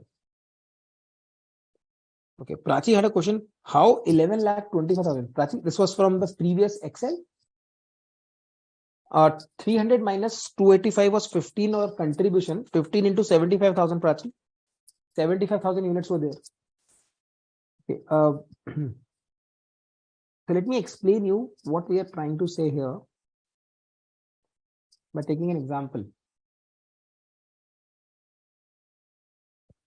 Let's say my initial investment or outflow A and B. So let's say we're looking at 6 lakhs, 4 lakhs. Present value of cash inflows.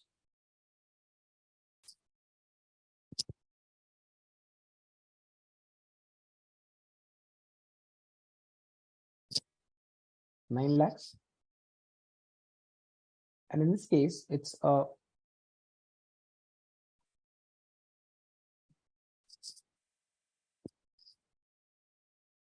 6 lakhs 50,000. Guys, what is my NPV here? 3 lakhs. 2,50,000. We say go with project A. But what's going on if I have to calculate profitability index? This is 1.5 and this is 1.63. So my PI says that, okay, go for project B. So again, you can say that probably relative measure could be good. But at the same time, what we are ignoring is the margin. So it's everything as an advantage or a disadvantage, right? So I'm just kind of giving you an example here how a PI can actually end up rejecting a project here with a lower PI, but significant absolute returns. So project A had a higher absolute return.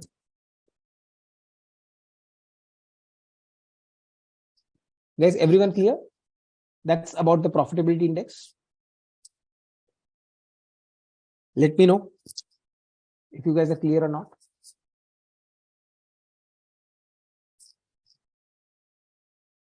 Okay, now we move on to one more practical exercise on your screen, guys.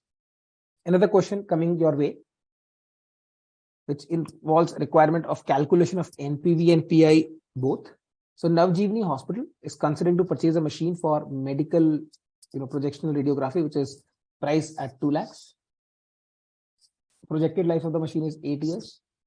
Has an expected salvage value of 18,000 at the end of the 8th year. Annual operating cost is 22,500 and the revenues are 1,20,000.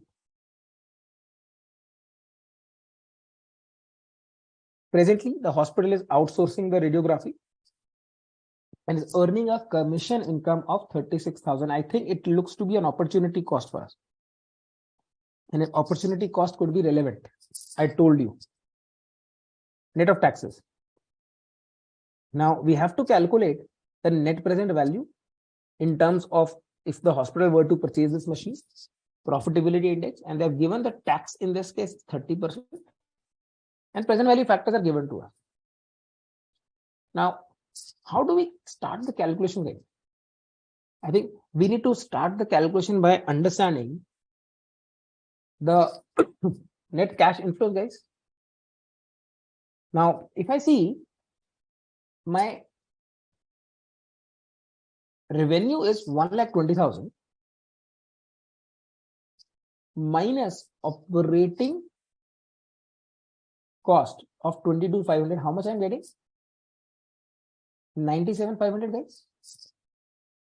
This is straightforward information given to us. Can anyone tell me what will be the depreciation? Depreciation will be 2 lakhs minus 18,000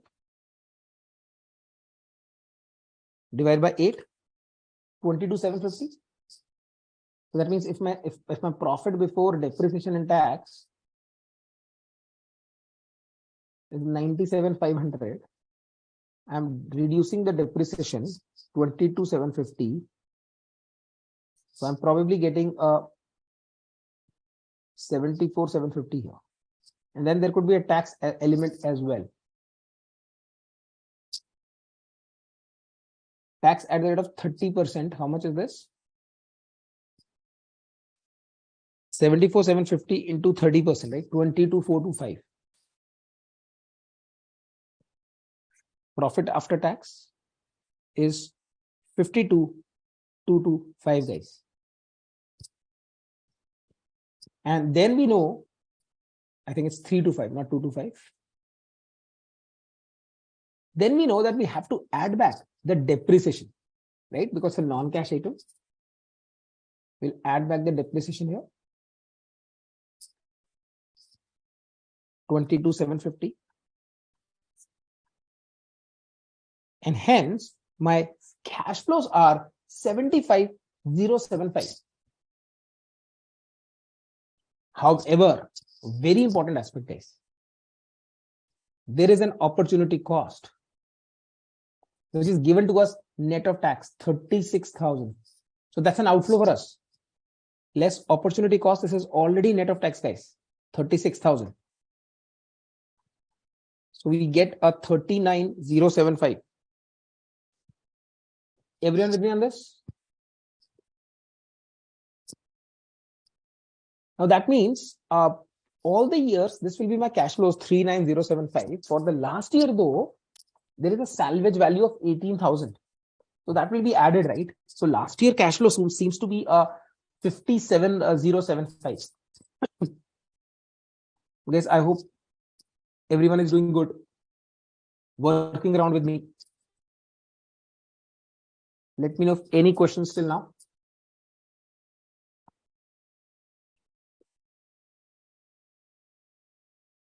Any questions till now?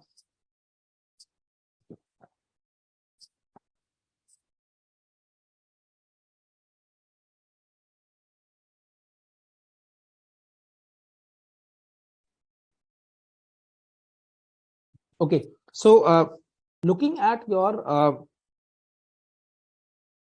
responses, I think all are with me on this. Now that means now we are left with just discounting it, right? So we are looking at a 39,075 as a net cash inflow for all the years. That is 1 to 7. But for the 8th year, we are looking at 57,075, and we can just discount them, right? So look at what we have done is we have taken annuity factor for 1 to 7, guys. This is what I was explaining you. Annuity factor, present value annuity factor, which is like total of present value factors from 1 to 7. We add them up and we calculate 190, and the 8th year is a separate 0.467. So basically for calculating the present value annuity factor for 7 years, we are adding these up, right? We are adding these up. For the 8th year, we multiply it, and hence we are getting a 16,832 as a net present value.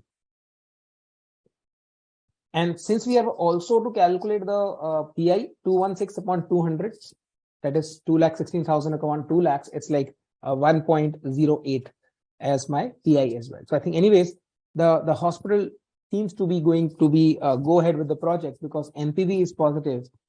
And of course, the PI has to be more than 1.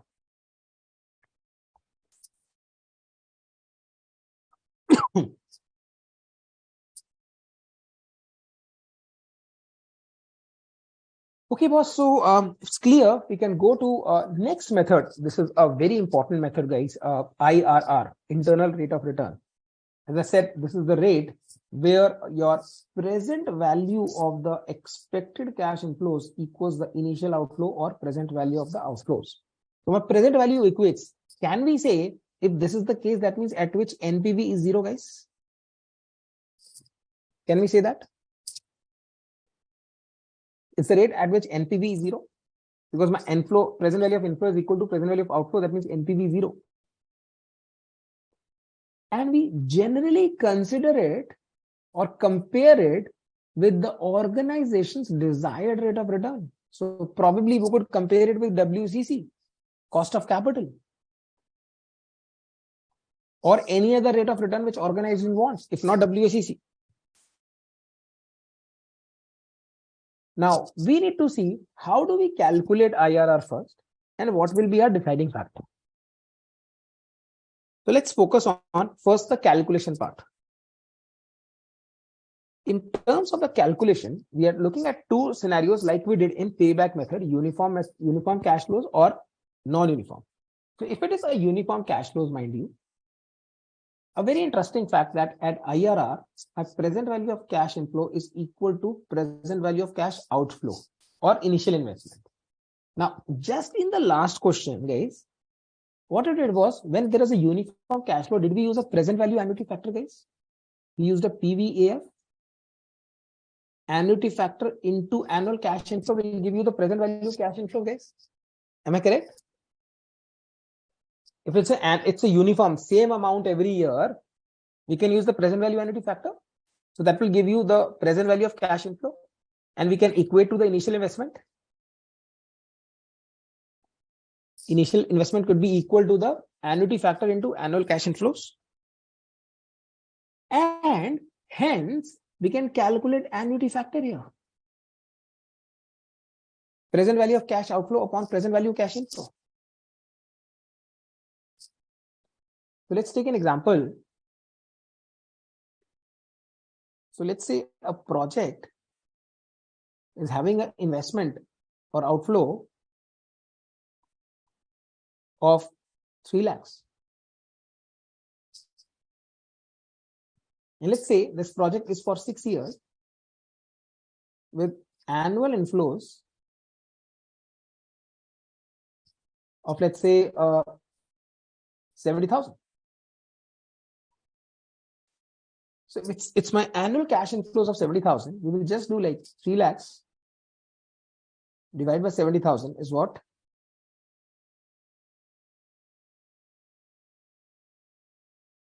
Is 4.286. Now, what we will do is we will go to the present value annuity factor table. We will see that, okay, for 6 years, where does 4.286 lies? Whatever the rate it will be, that is my IRR. Guys, I hope you understand this. Why we are dividing this by annual cash inflows? Because my present value of cash inflow is equal to my present value of cash, inflows is equal to annuity factor multiplied by annual cash inflows. Now, the only point is, what if this rate is falling between two rates? What if it doesn't match with any specific rate? What if it falls under two different rates? Let's say this falls under, I'm just taking an example. Let's say this falls under 7% and 8%. Then what do we do? If it doesn't match with exactly one particular interest rate, or we do not have a uniform cash flow,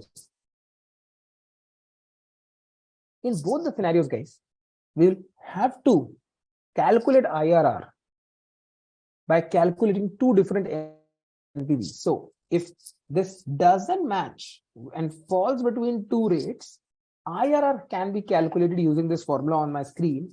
Lower rate plus NPV at lower rate divided by NPV at lower rate minus NPV at higher rate into HR minus LR. My question to you guys is, where did I teach you this? Students who attended cost of capital are already prepared for that. We discussed this method already. Anyone remembers? Look at Geet. Geet is ahead of the game. Geet says, calculate like what we did in cost of capital. Geet, awesome.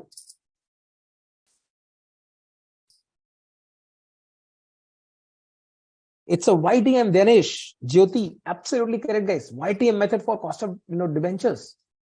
Perfect, guys. So we have to calculate two NPVs, one negative and one positive. You guys know, you guys are champions now. World is yours. Great. No, I don't want to, make you overconfident, but I think it's good that you guys remember this. Okay, great, guys. So let's look at this with the help of an example. Let's actually practically apply our learning. I think remembering this is very good, but let's now apply this also. Right? So in this case, we are looking at Zebra Limited evaluating a project of an outlay of 10 lakhs, resulting in an annual cash inflow of 2,50,000 for 6 years. That means we have uniform. Assuming the scrap value is nil, determine the IRR. So what we are doing is, we are calculating the annuity factor by 10 lakhs divided by 2,50,000 is 4. And then we see that against 6 years, we see that, okay, 4 is following between 12% and 13%.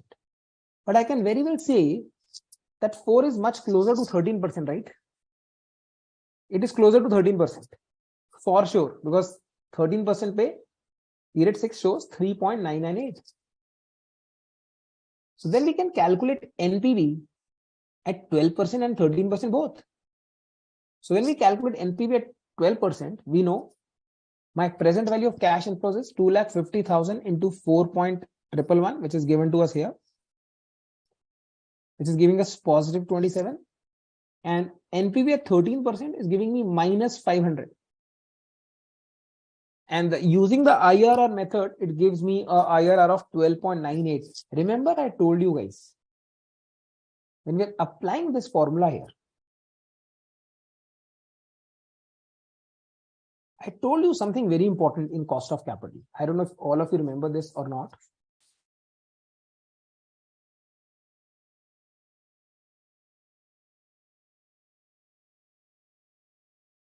Told you to be cautious of denominator. Denominator becomes positive by default because we are using minus NPV at higher rate, and NP at higher rate will be already negative, right? So minus minus will become positive. So denominator will actually add them up. Make sure you guys also remember that trick.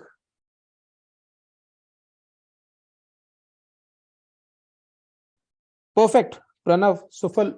I'm absolutely deeply touched that you guys are applying what I taught and you guys have done good practice, it seems. Perfect. Ganesh and everyone else who remembers all this. This is a good outcome today. Okay. As I said, if your rate did not match or you have uneven cash flows, then also we will use the same formula. The only thing is we'll have to discount the cash flows with any random rate, 10, 15, 20 or so on. And then we have to see what is my NPV. If the result is positive NPV, then next rate should be a higher rate.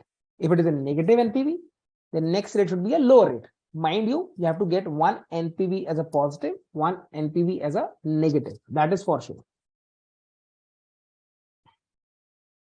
But my favorite is the decision factor here. My favorite, all-time favorite is a decision factor. So guys, what is the decision factor? We have to accept if IRR is more than WACC. We have to reject if IRR is less than WACC. Let me give you a very interesting perspective. You will love that. When we say IRR is higher than WACC, this is an acceptance scenario. Guys, do you agree IRR is a rate where NPV is 0? Right? And if it is more than WACC, then for sure that is NPV at WACC will be positive.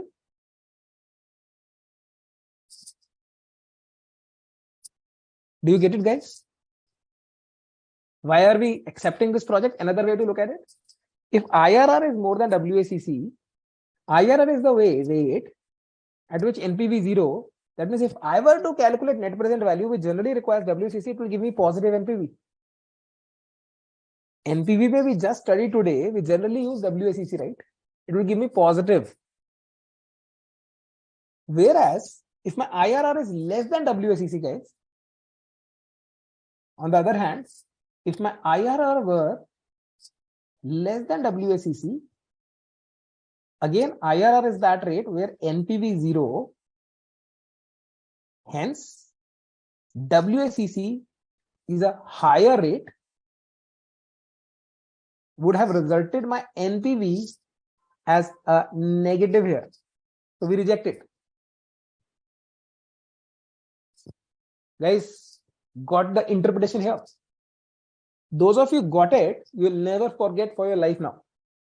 The way to interpret it. So for Ganesh, Geet, absolutely perfect.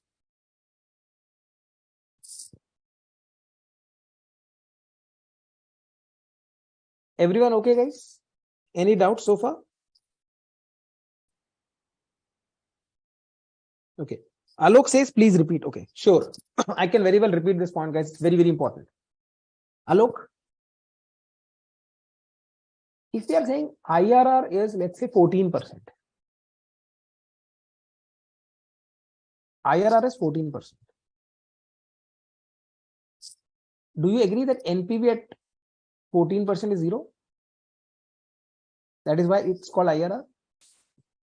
And let's say my WACC is 12%. Now, if you forget that this is This is IRR question. I say that, okay, guys, please calculate NPV at 12%. Will it be positive or negative? It will be positive now, because 12% is less than 14%. You will be discounting with a lower number. This is what I'm explaining you. Alok, makes sense? You will be discounting it with a lower number now. NPV will be positive. Mathematical gyan hai.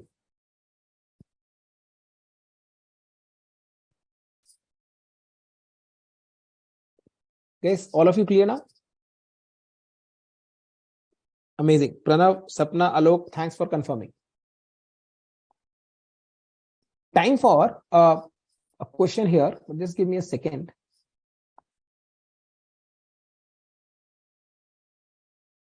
Okay. So a company proposes to install a machine involving a capital cost of 3,60,000. The life of the machine is 5 years. Salvage value at the end of the life is nil. The machine will produce the net operating income after depreciation of 68. Wow. So we are talking about net operating income after depreciation. Company's tax rate is 45. Okay. The Roshan says, I think after seeing 3 methods, NPV, PI error, we see the same thing. Roshan, yes, but we will look at conflicting conclusions later on. IRR and NPV may conflict with each other when it comes to comparing the project. So Roshan keeps that as a surprise. Obviously, the similarity is a time value of money. Roshan, I hope you got it, right? So we'll see in what scenarios the result could be. I already showed you, Roshan, one example where NPV and PAI were giving different results because of the absolute and relative measures. That example I already gave you before the break, I guess. Yep. Anyway, so coming back to this question, guys, they've given the discounting rate and cumulative factors. We have to calculate the IRR, but for IRR, we need cash flows. We are having a net operating income of 68 after depreciation. So we reduce the tax 45%. And then we add back the depreciation, which is calculated easily, 3,60,000 divided by 5. So we get a cash inflow of 1,09,400. That's my cash inflow. Now this is annual cash inflows. Hence, we can do one thing, that present value of cash inflows is 1,09,400 into present value of annuity factor, which is equal to my outflow 360. Hence, my present value annuity factor is 3.29. Present value factor is 3.29, which actually falls under 15 and 16%. 3.9 falls under 15 and 16%. And hence we calculate the NPV and apply the formula to get the IRR here. You guys can please double check the calculation. I can hold on for a minute so that you guys are comfortable.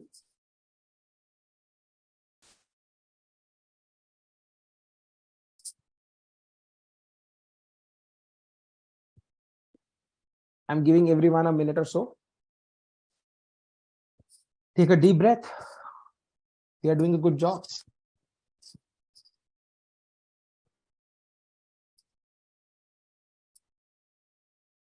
Since it falls under 15 and 16%, we get calculate two NPVs, one negative and one positive. And we apply the formula to get 15.74.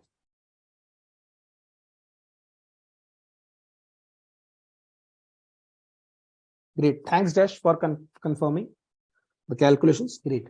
So, guys, now a very interesting MCQ for everyone. You guys don't hurry up for answering this one. Don't hurry up for answering this. I want everyone to just spend 1 minute, think, and then answer. What should be the answer for this question?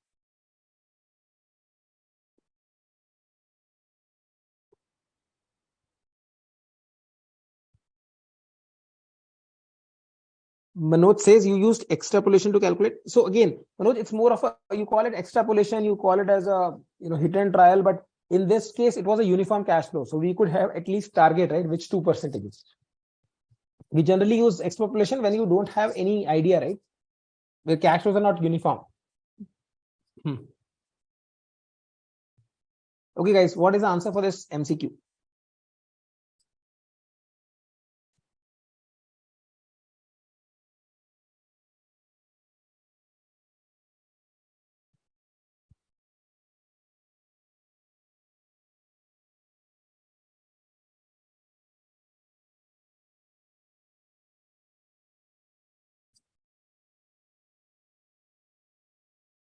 Already getting answers now.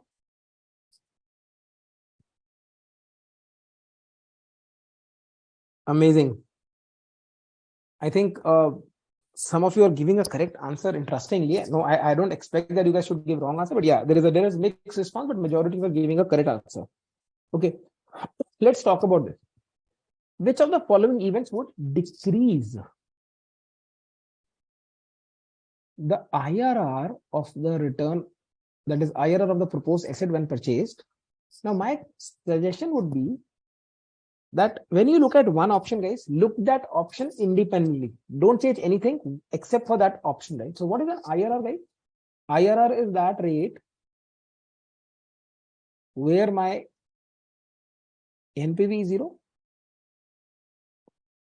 So that means my cash flows minus initial investment is 0, guys. That's my error. If I look at option number D, use written down value method instead of straight line method. Guys, in that case, if I'm using written down value method, that means my depreciation will increase and hence my tax savings, tax shield will increase. If my tax shield will increase, my cash flows will go up, and to get to 0, I will have to increase my rate of returns because there is no change in initial investment. Some of you are saying D actually. That's why I'm explaining D first. Guys, be careful. What's happening is depreciation is increased. That means tax shield is increased. Cash flows go up. To keep IRR is NPV 0. Initial investment, there is no change. For getting a 0, my rate has to increase. And the question was to decrease, right? So this D cannot be the answer. D cannot be the answer. If you look at E, shorten the payback period, guys. If you shorten the payback period, again, my cash flows have to be increased. And if my cash flows has to be increased, for getting a 0 NPV, my rate of return also have to be increased, guys. Mathematics. Even C cannot be the answer. Now, some students said D also. Majority said A, by the way, which is a very, very fantastic job. Couple of students said D, decrease related working capital requirements, guys.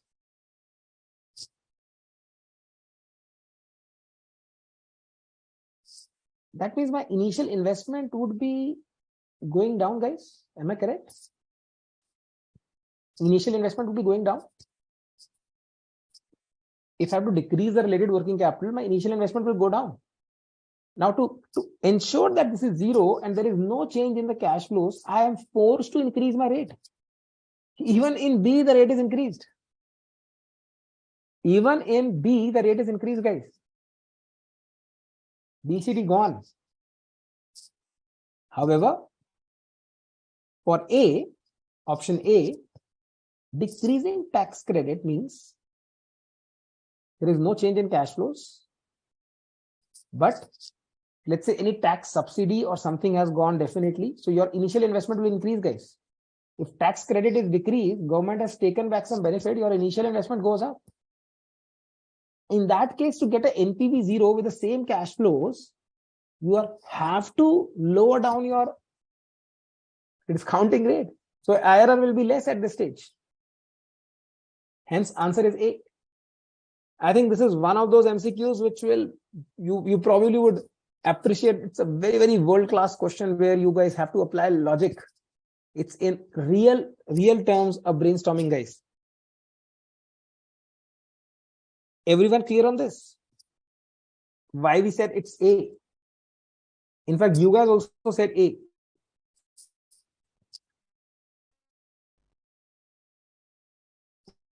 I think good job, guys. Those of you said A. It's a good round of applause for everyone. And I'm sure those of you did not say A now understands. Jyoti, Abdul, Prachi, Alok, Sapna. Sorry if I'm not saying, taking all the names. Danish, everyone. Great. So Alok, Prachi, everyone, thanks for confirming also. Okay. Towards the last few minutes, guys, I would like to talk about some issues with IRR. I think Roshan was saying about similarities between all these three, but let's now talk about some there are some issues with IRR also. Now, there could be a situation where mutual exclusive projects are there, because IRR is a percentage, guys. IRR does not take into account the scale of investment, how much investment is made, or the money earned in absolute terms. Mind you, NPV is an absolute measure. So that means if a project with a larger fund commitment but lower IRR could contribute more in terms of absolute NPV. That means, IRR method can reject a project with a lower IRR in case of mutually exclusive, because in mutually exclusive, you accept one, you reject other. Whereas that project was giving you more absolute returns. That could be one issue. Like we discussed,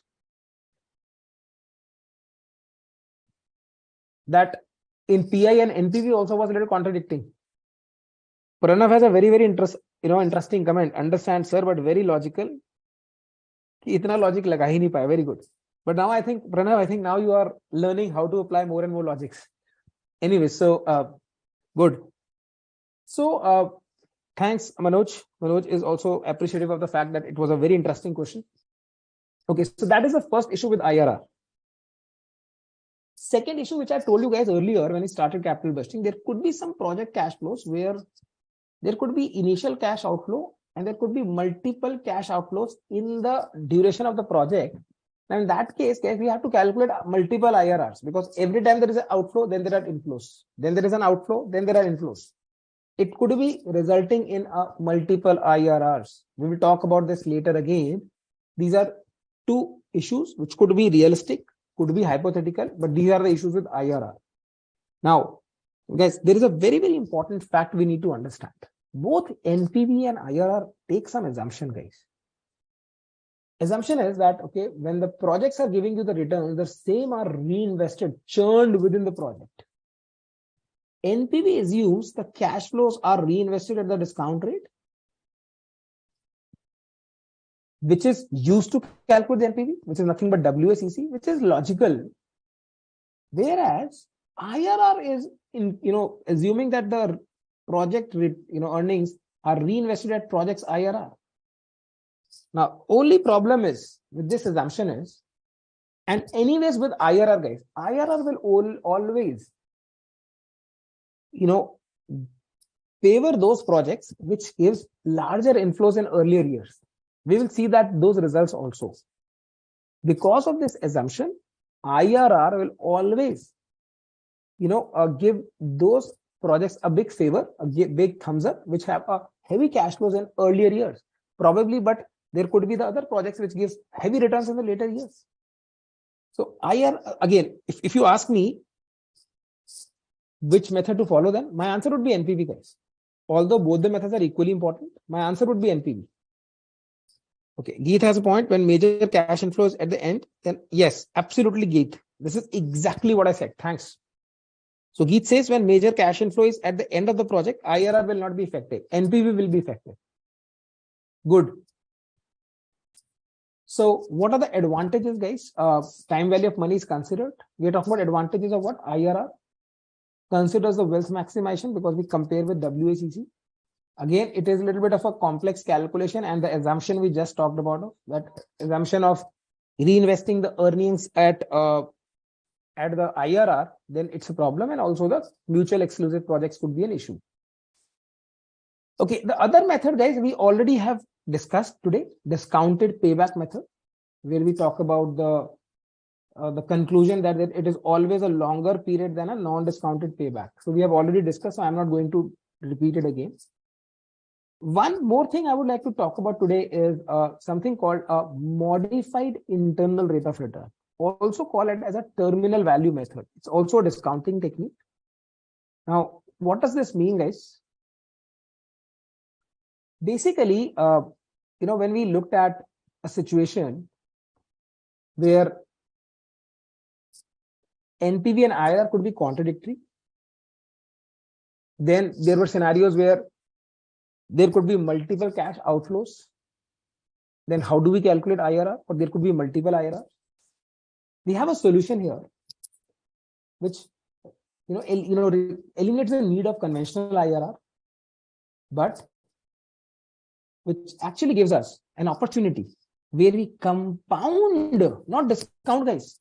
We compound all the cash flows, whether inflow or outflow, excluding the initial investment to the last stage of the project, that is terminal stage of the project, using appropriate discount rate, which is WACC. This MIRR, modified internal rate of return, is dealing with two issues here. One, it could be multiple cash outflows sorted. One is the reinvestment assumption sorted, because we are compounding with WACC. Compounding means interest on interest, right? We know that. It's opposite of discounting. You guys learned the compounding. So that's what you know. But what are we trying to do here? Guys, let me explain. Let us go to the other slide. Take an example. And we are just probably towards the end of the session, guys. So don't worry. I'm sure everyone has been super active, super energetic. Thanks for everything. I'm sure you guys are probably very much geared up now, nearing the examinations. And I think this is the energy I would believe that everyone would like to maintain. That momentum needs to be maintained, guys. Okay. So what is happening here? Again, my favorite line here. So let's say there are inflows. There is an outflow here. There is inflow. There is inflow. Now, in the third year, again, there is an inflow and outflow both. Inflow and inflow. Now, this outflow is an initial investment here. Apart from this, everything else is compounded to the end. Even both these inflows and outflows, everything else is compounded. So we compound everything now instead of discounting. We are not discounting it. We will be multiplying these to get to that later stage. Once we do that, what exactly we get, guys? Once we have done that, I think we are left with two things. We will be left with two things. One, we will be left with initial investment. And on the other hand, on the other side of the river, we get compounded cash flows. Except initial investment, of course. This is what we get. Once we compound all the cash flows, everything all gone down from here to the end. Now, MIRR is that rate which will, let me just use a different color. MIRR is that rate which discounts this one number to the initial investment. Guys, everyone getting it? Is that rate which gives discounting to the initial investment. That's what we are actually arriving at. So MIRR is obtained by assuming a single outflow, that is initial, and single stream of terminal cash inflow. And this discount rate is the rate which equates the present value of terminal inflow to the 0th year outflow, that is your initial investment. Sufal, yes. Sufal is asking me, do we get the future value of all cash flows other than initial? Yes. Inflow or outflow, but not the initial investment. So we will be just, so basically this does away with the problem of multiple IRRs, right? Even if there are multiple cash outflows during the project, you compound them also. Whether inflow or outflow, Sufal, both will be compounded. And then your decision criteria remains the same, that you can compare that if my MIRR is more than my required rate of return, accept, else reject.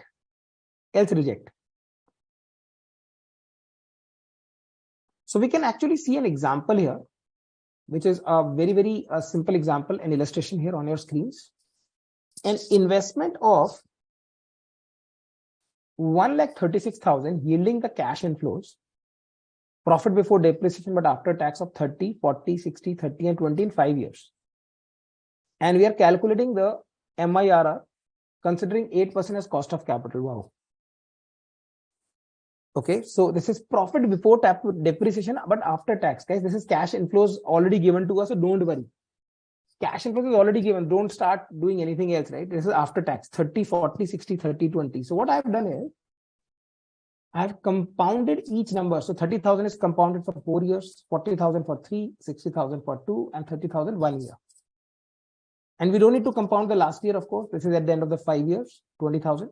We add them up and we get 2,13,587. So basically, we have two numbers now. Initially, what was the investment, guys? 1,30,000, 1,36,000. So on one hand, we have 1,36,000 here at the beginning of the year. And now we have the compounding. We have to calculate that rate, which discounts this number to 136. And from the annuity table, you can look at the approximate number. So basically, what do we do? What do we do now to calculate this? 2,13,587 into present value factor is 136. Hence, for 5 years, my present value factor comes to be 0.6367, which is giving approximately 9%. Now, in this case, mind you, my cost of capital was 8%. So 9% is greater than 8%. So can we accept the project? I think we can.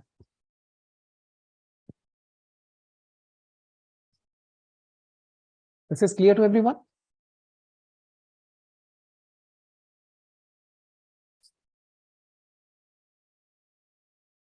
Just giving 1 more minute to all of you to digest it.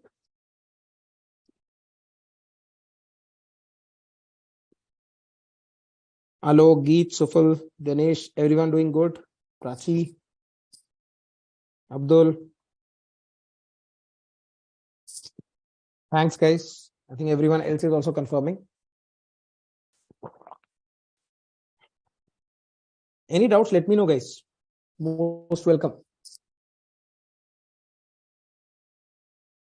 Thanks, Roshan, Jyoti.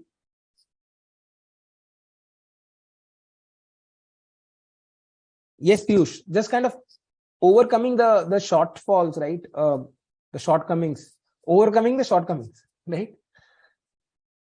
Anyway, so guys, last thing for the day, guys. This is last slide, or last couple of slides. I told you that I think Roshan, you asked me this about the results, and I told you that there could be conflicting conclusions.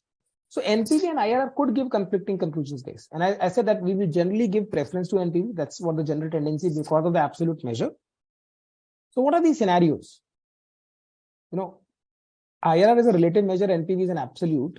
So when there is a different scaled project, look at the project A is just a 20% of project B, 1 lakh and 5 lakhs. So my IRR is 50%, whereas NPV for project B is higher. So it's a conflicting result, 50% and 68,000. IRR is kind of favoring being a relative measure. Dinesh is telling me, sir, don't worry.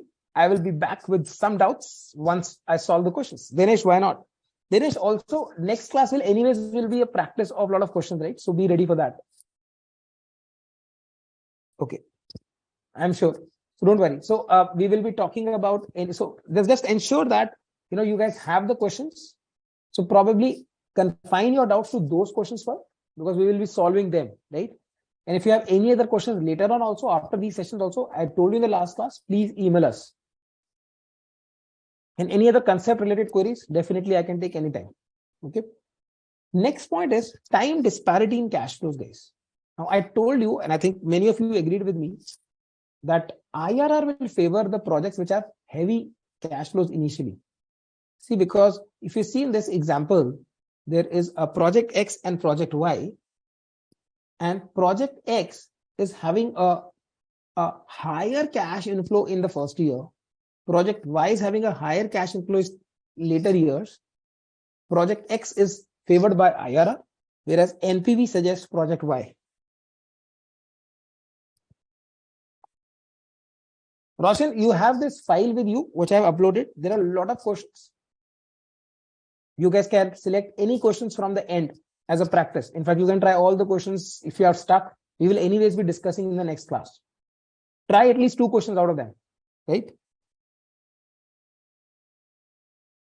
Prachi, absolutely.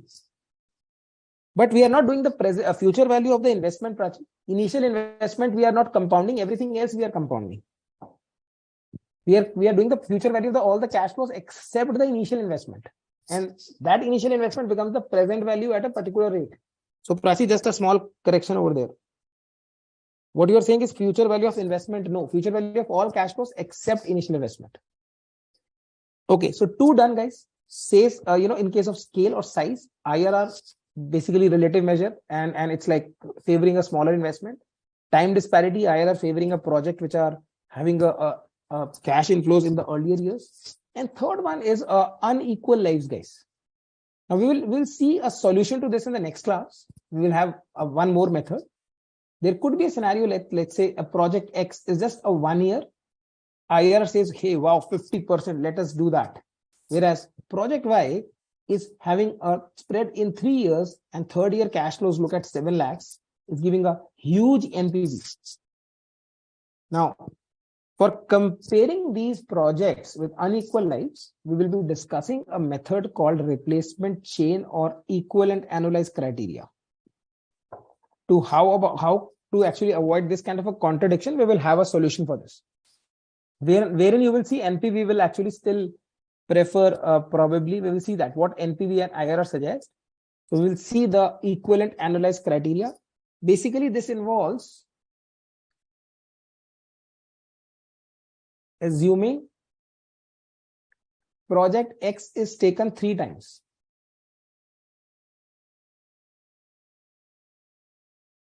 Project X is of 1 year and Y is for 3 years. So then will be equal comparison. 3 project X and 1 project Y. But this method will only be holding good when there is an equivalent, like multiples, like for example, if one project is 4 years, other is 2 years. So you can assume that the first project can be done twice. 2 into 2, 4 years, 2 plus 2, 4 years. But if one project is 5 years, another project is 4 years, you cannot apply this. Otherwise, you are not calculating an LCM here, right? Pranav says, as they are conflicting, Pranav, I said that majorly you will be selecting NPV. We will discuss that in the next class, don't worry. Okay. I think, guys, that's enough for the day, I guess. We will be moving on to the next class on, I guess, Thursday, I believe, right? Day after tomorrow. I request everyone to come up with, just have a quick recap of all the methods, whatever we studied today, do a lot of practice. You have some questions in this particular file, which I have uploaded towards the end. You can do those questions also. Try to do at least 2 to 3 questions before we come. And then we will move around to some special cases, capital rationing. We will do about this equivalent analyzed criterion method. And we will also do some practice in the class. So I hope you guys enjoyed the session. I think I always enjoy working around with you guys. You guys are super energetic, super enthusiastic, always responsive. And I'm sure in my sessions, you have a good 2-way traffic going on. It's not only me speaking. You guys are also coming up with very good responses for all the questions here. So guys, thanks a lot. Wishing you all the best of luck for your studies. I'm sure you guys are doing the good work. And I always repeat at the end of my session, remember those 3 words. Your hard work, dedication, and discipline. These 3 things will take you longer in your career, guys. Take care. Have a good night. Bye-bye. Cheers.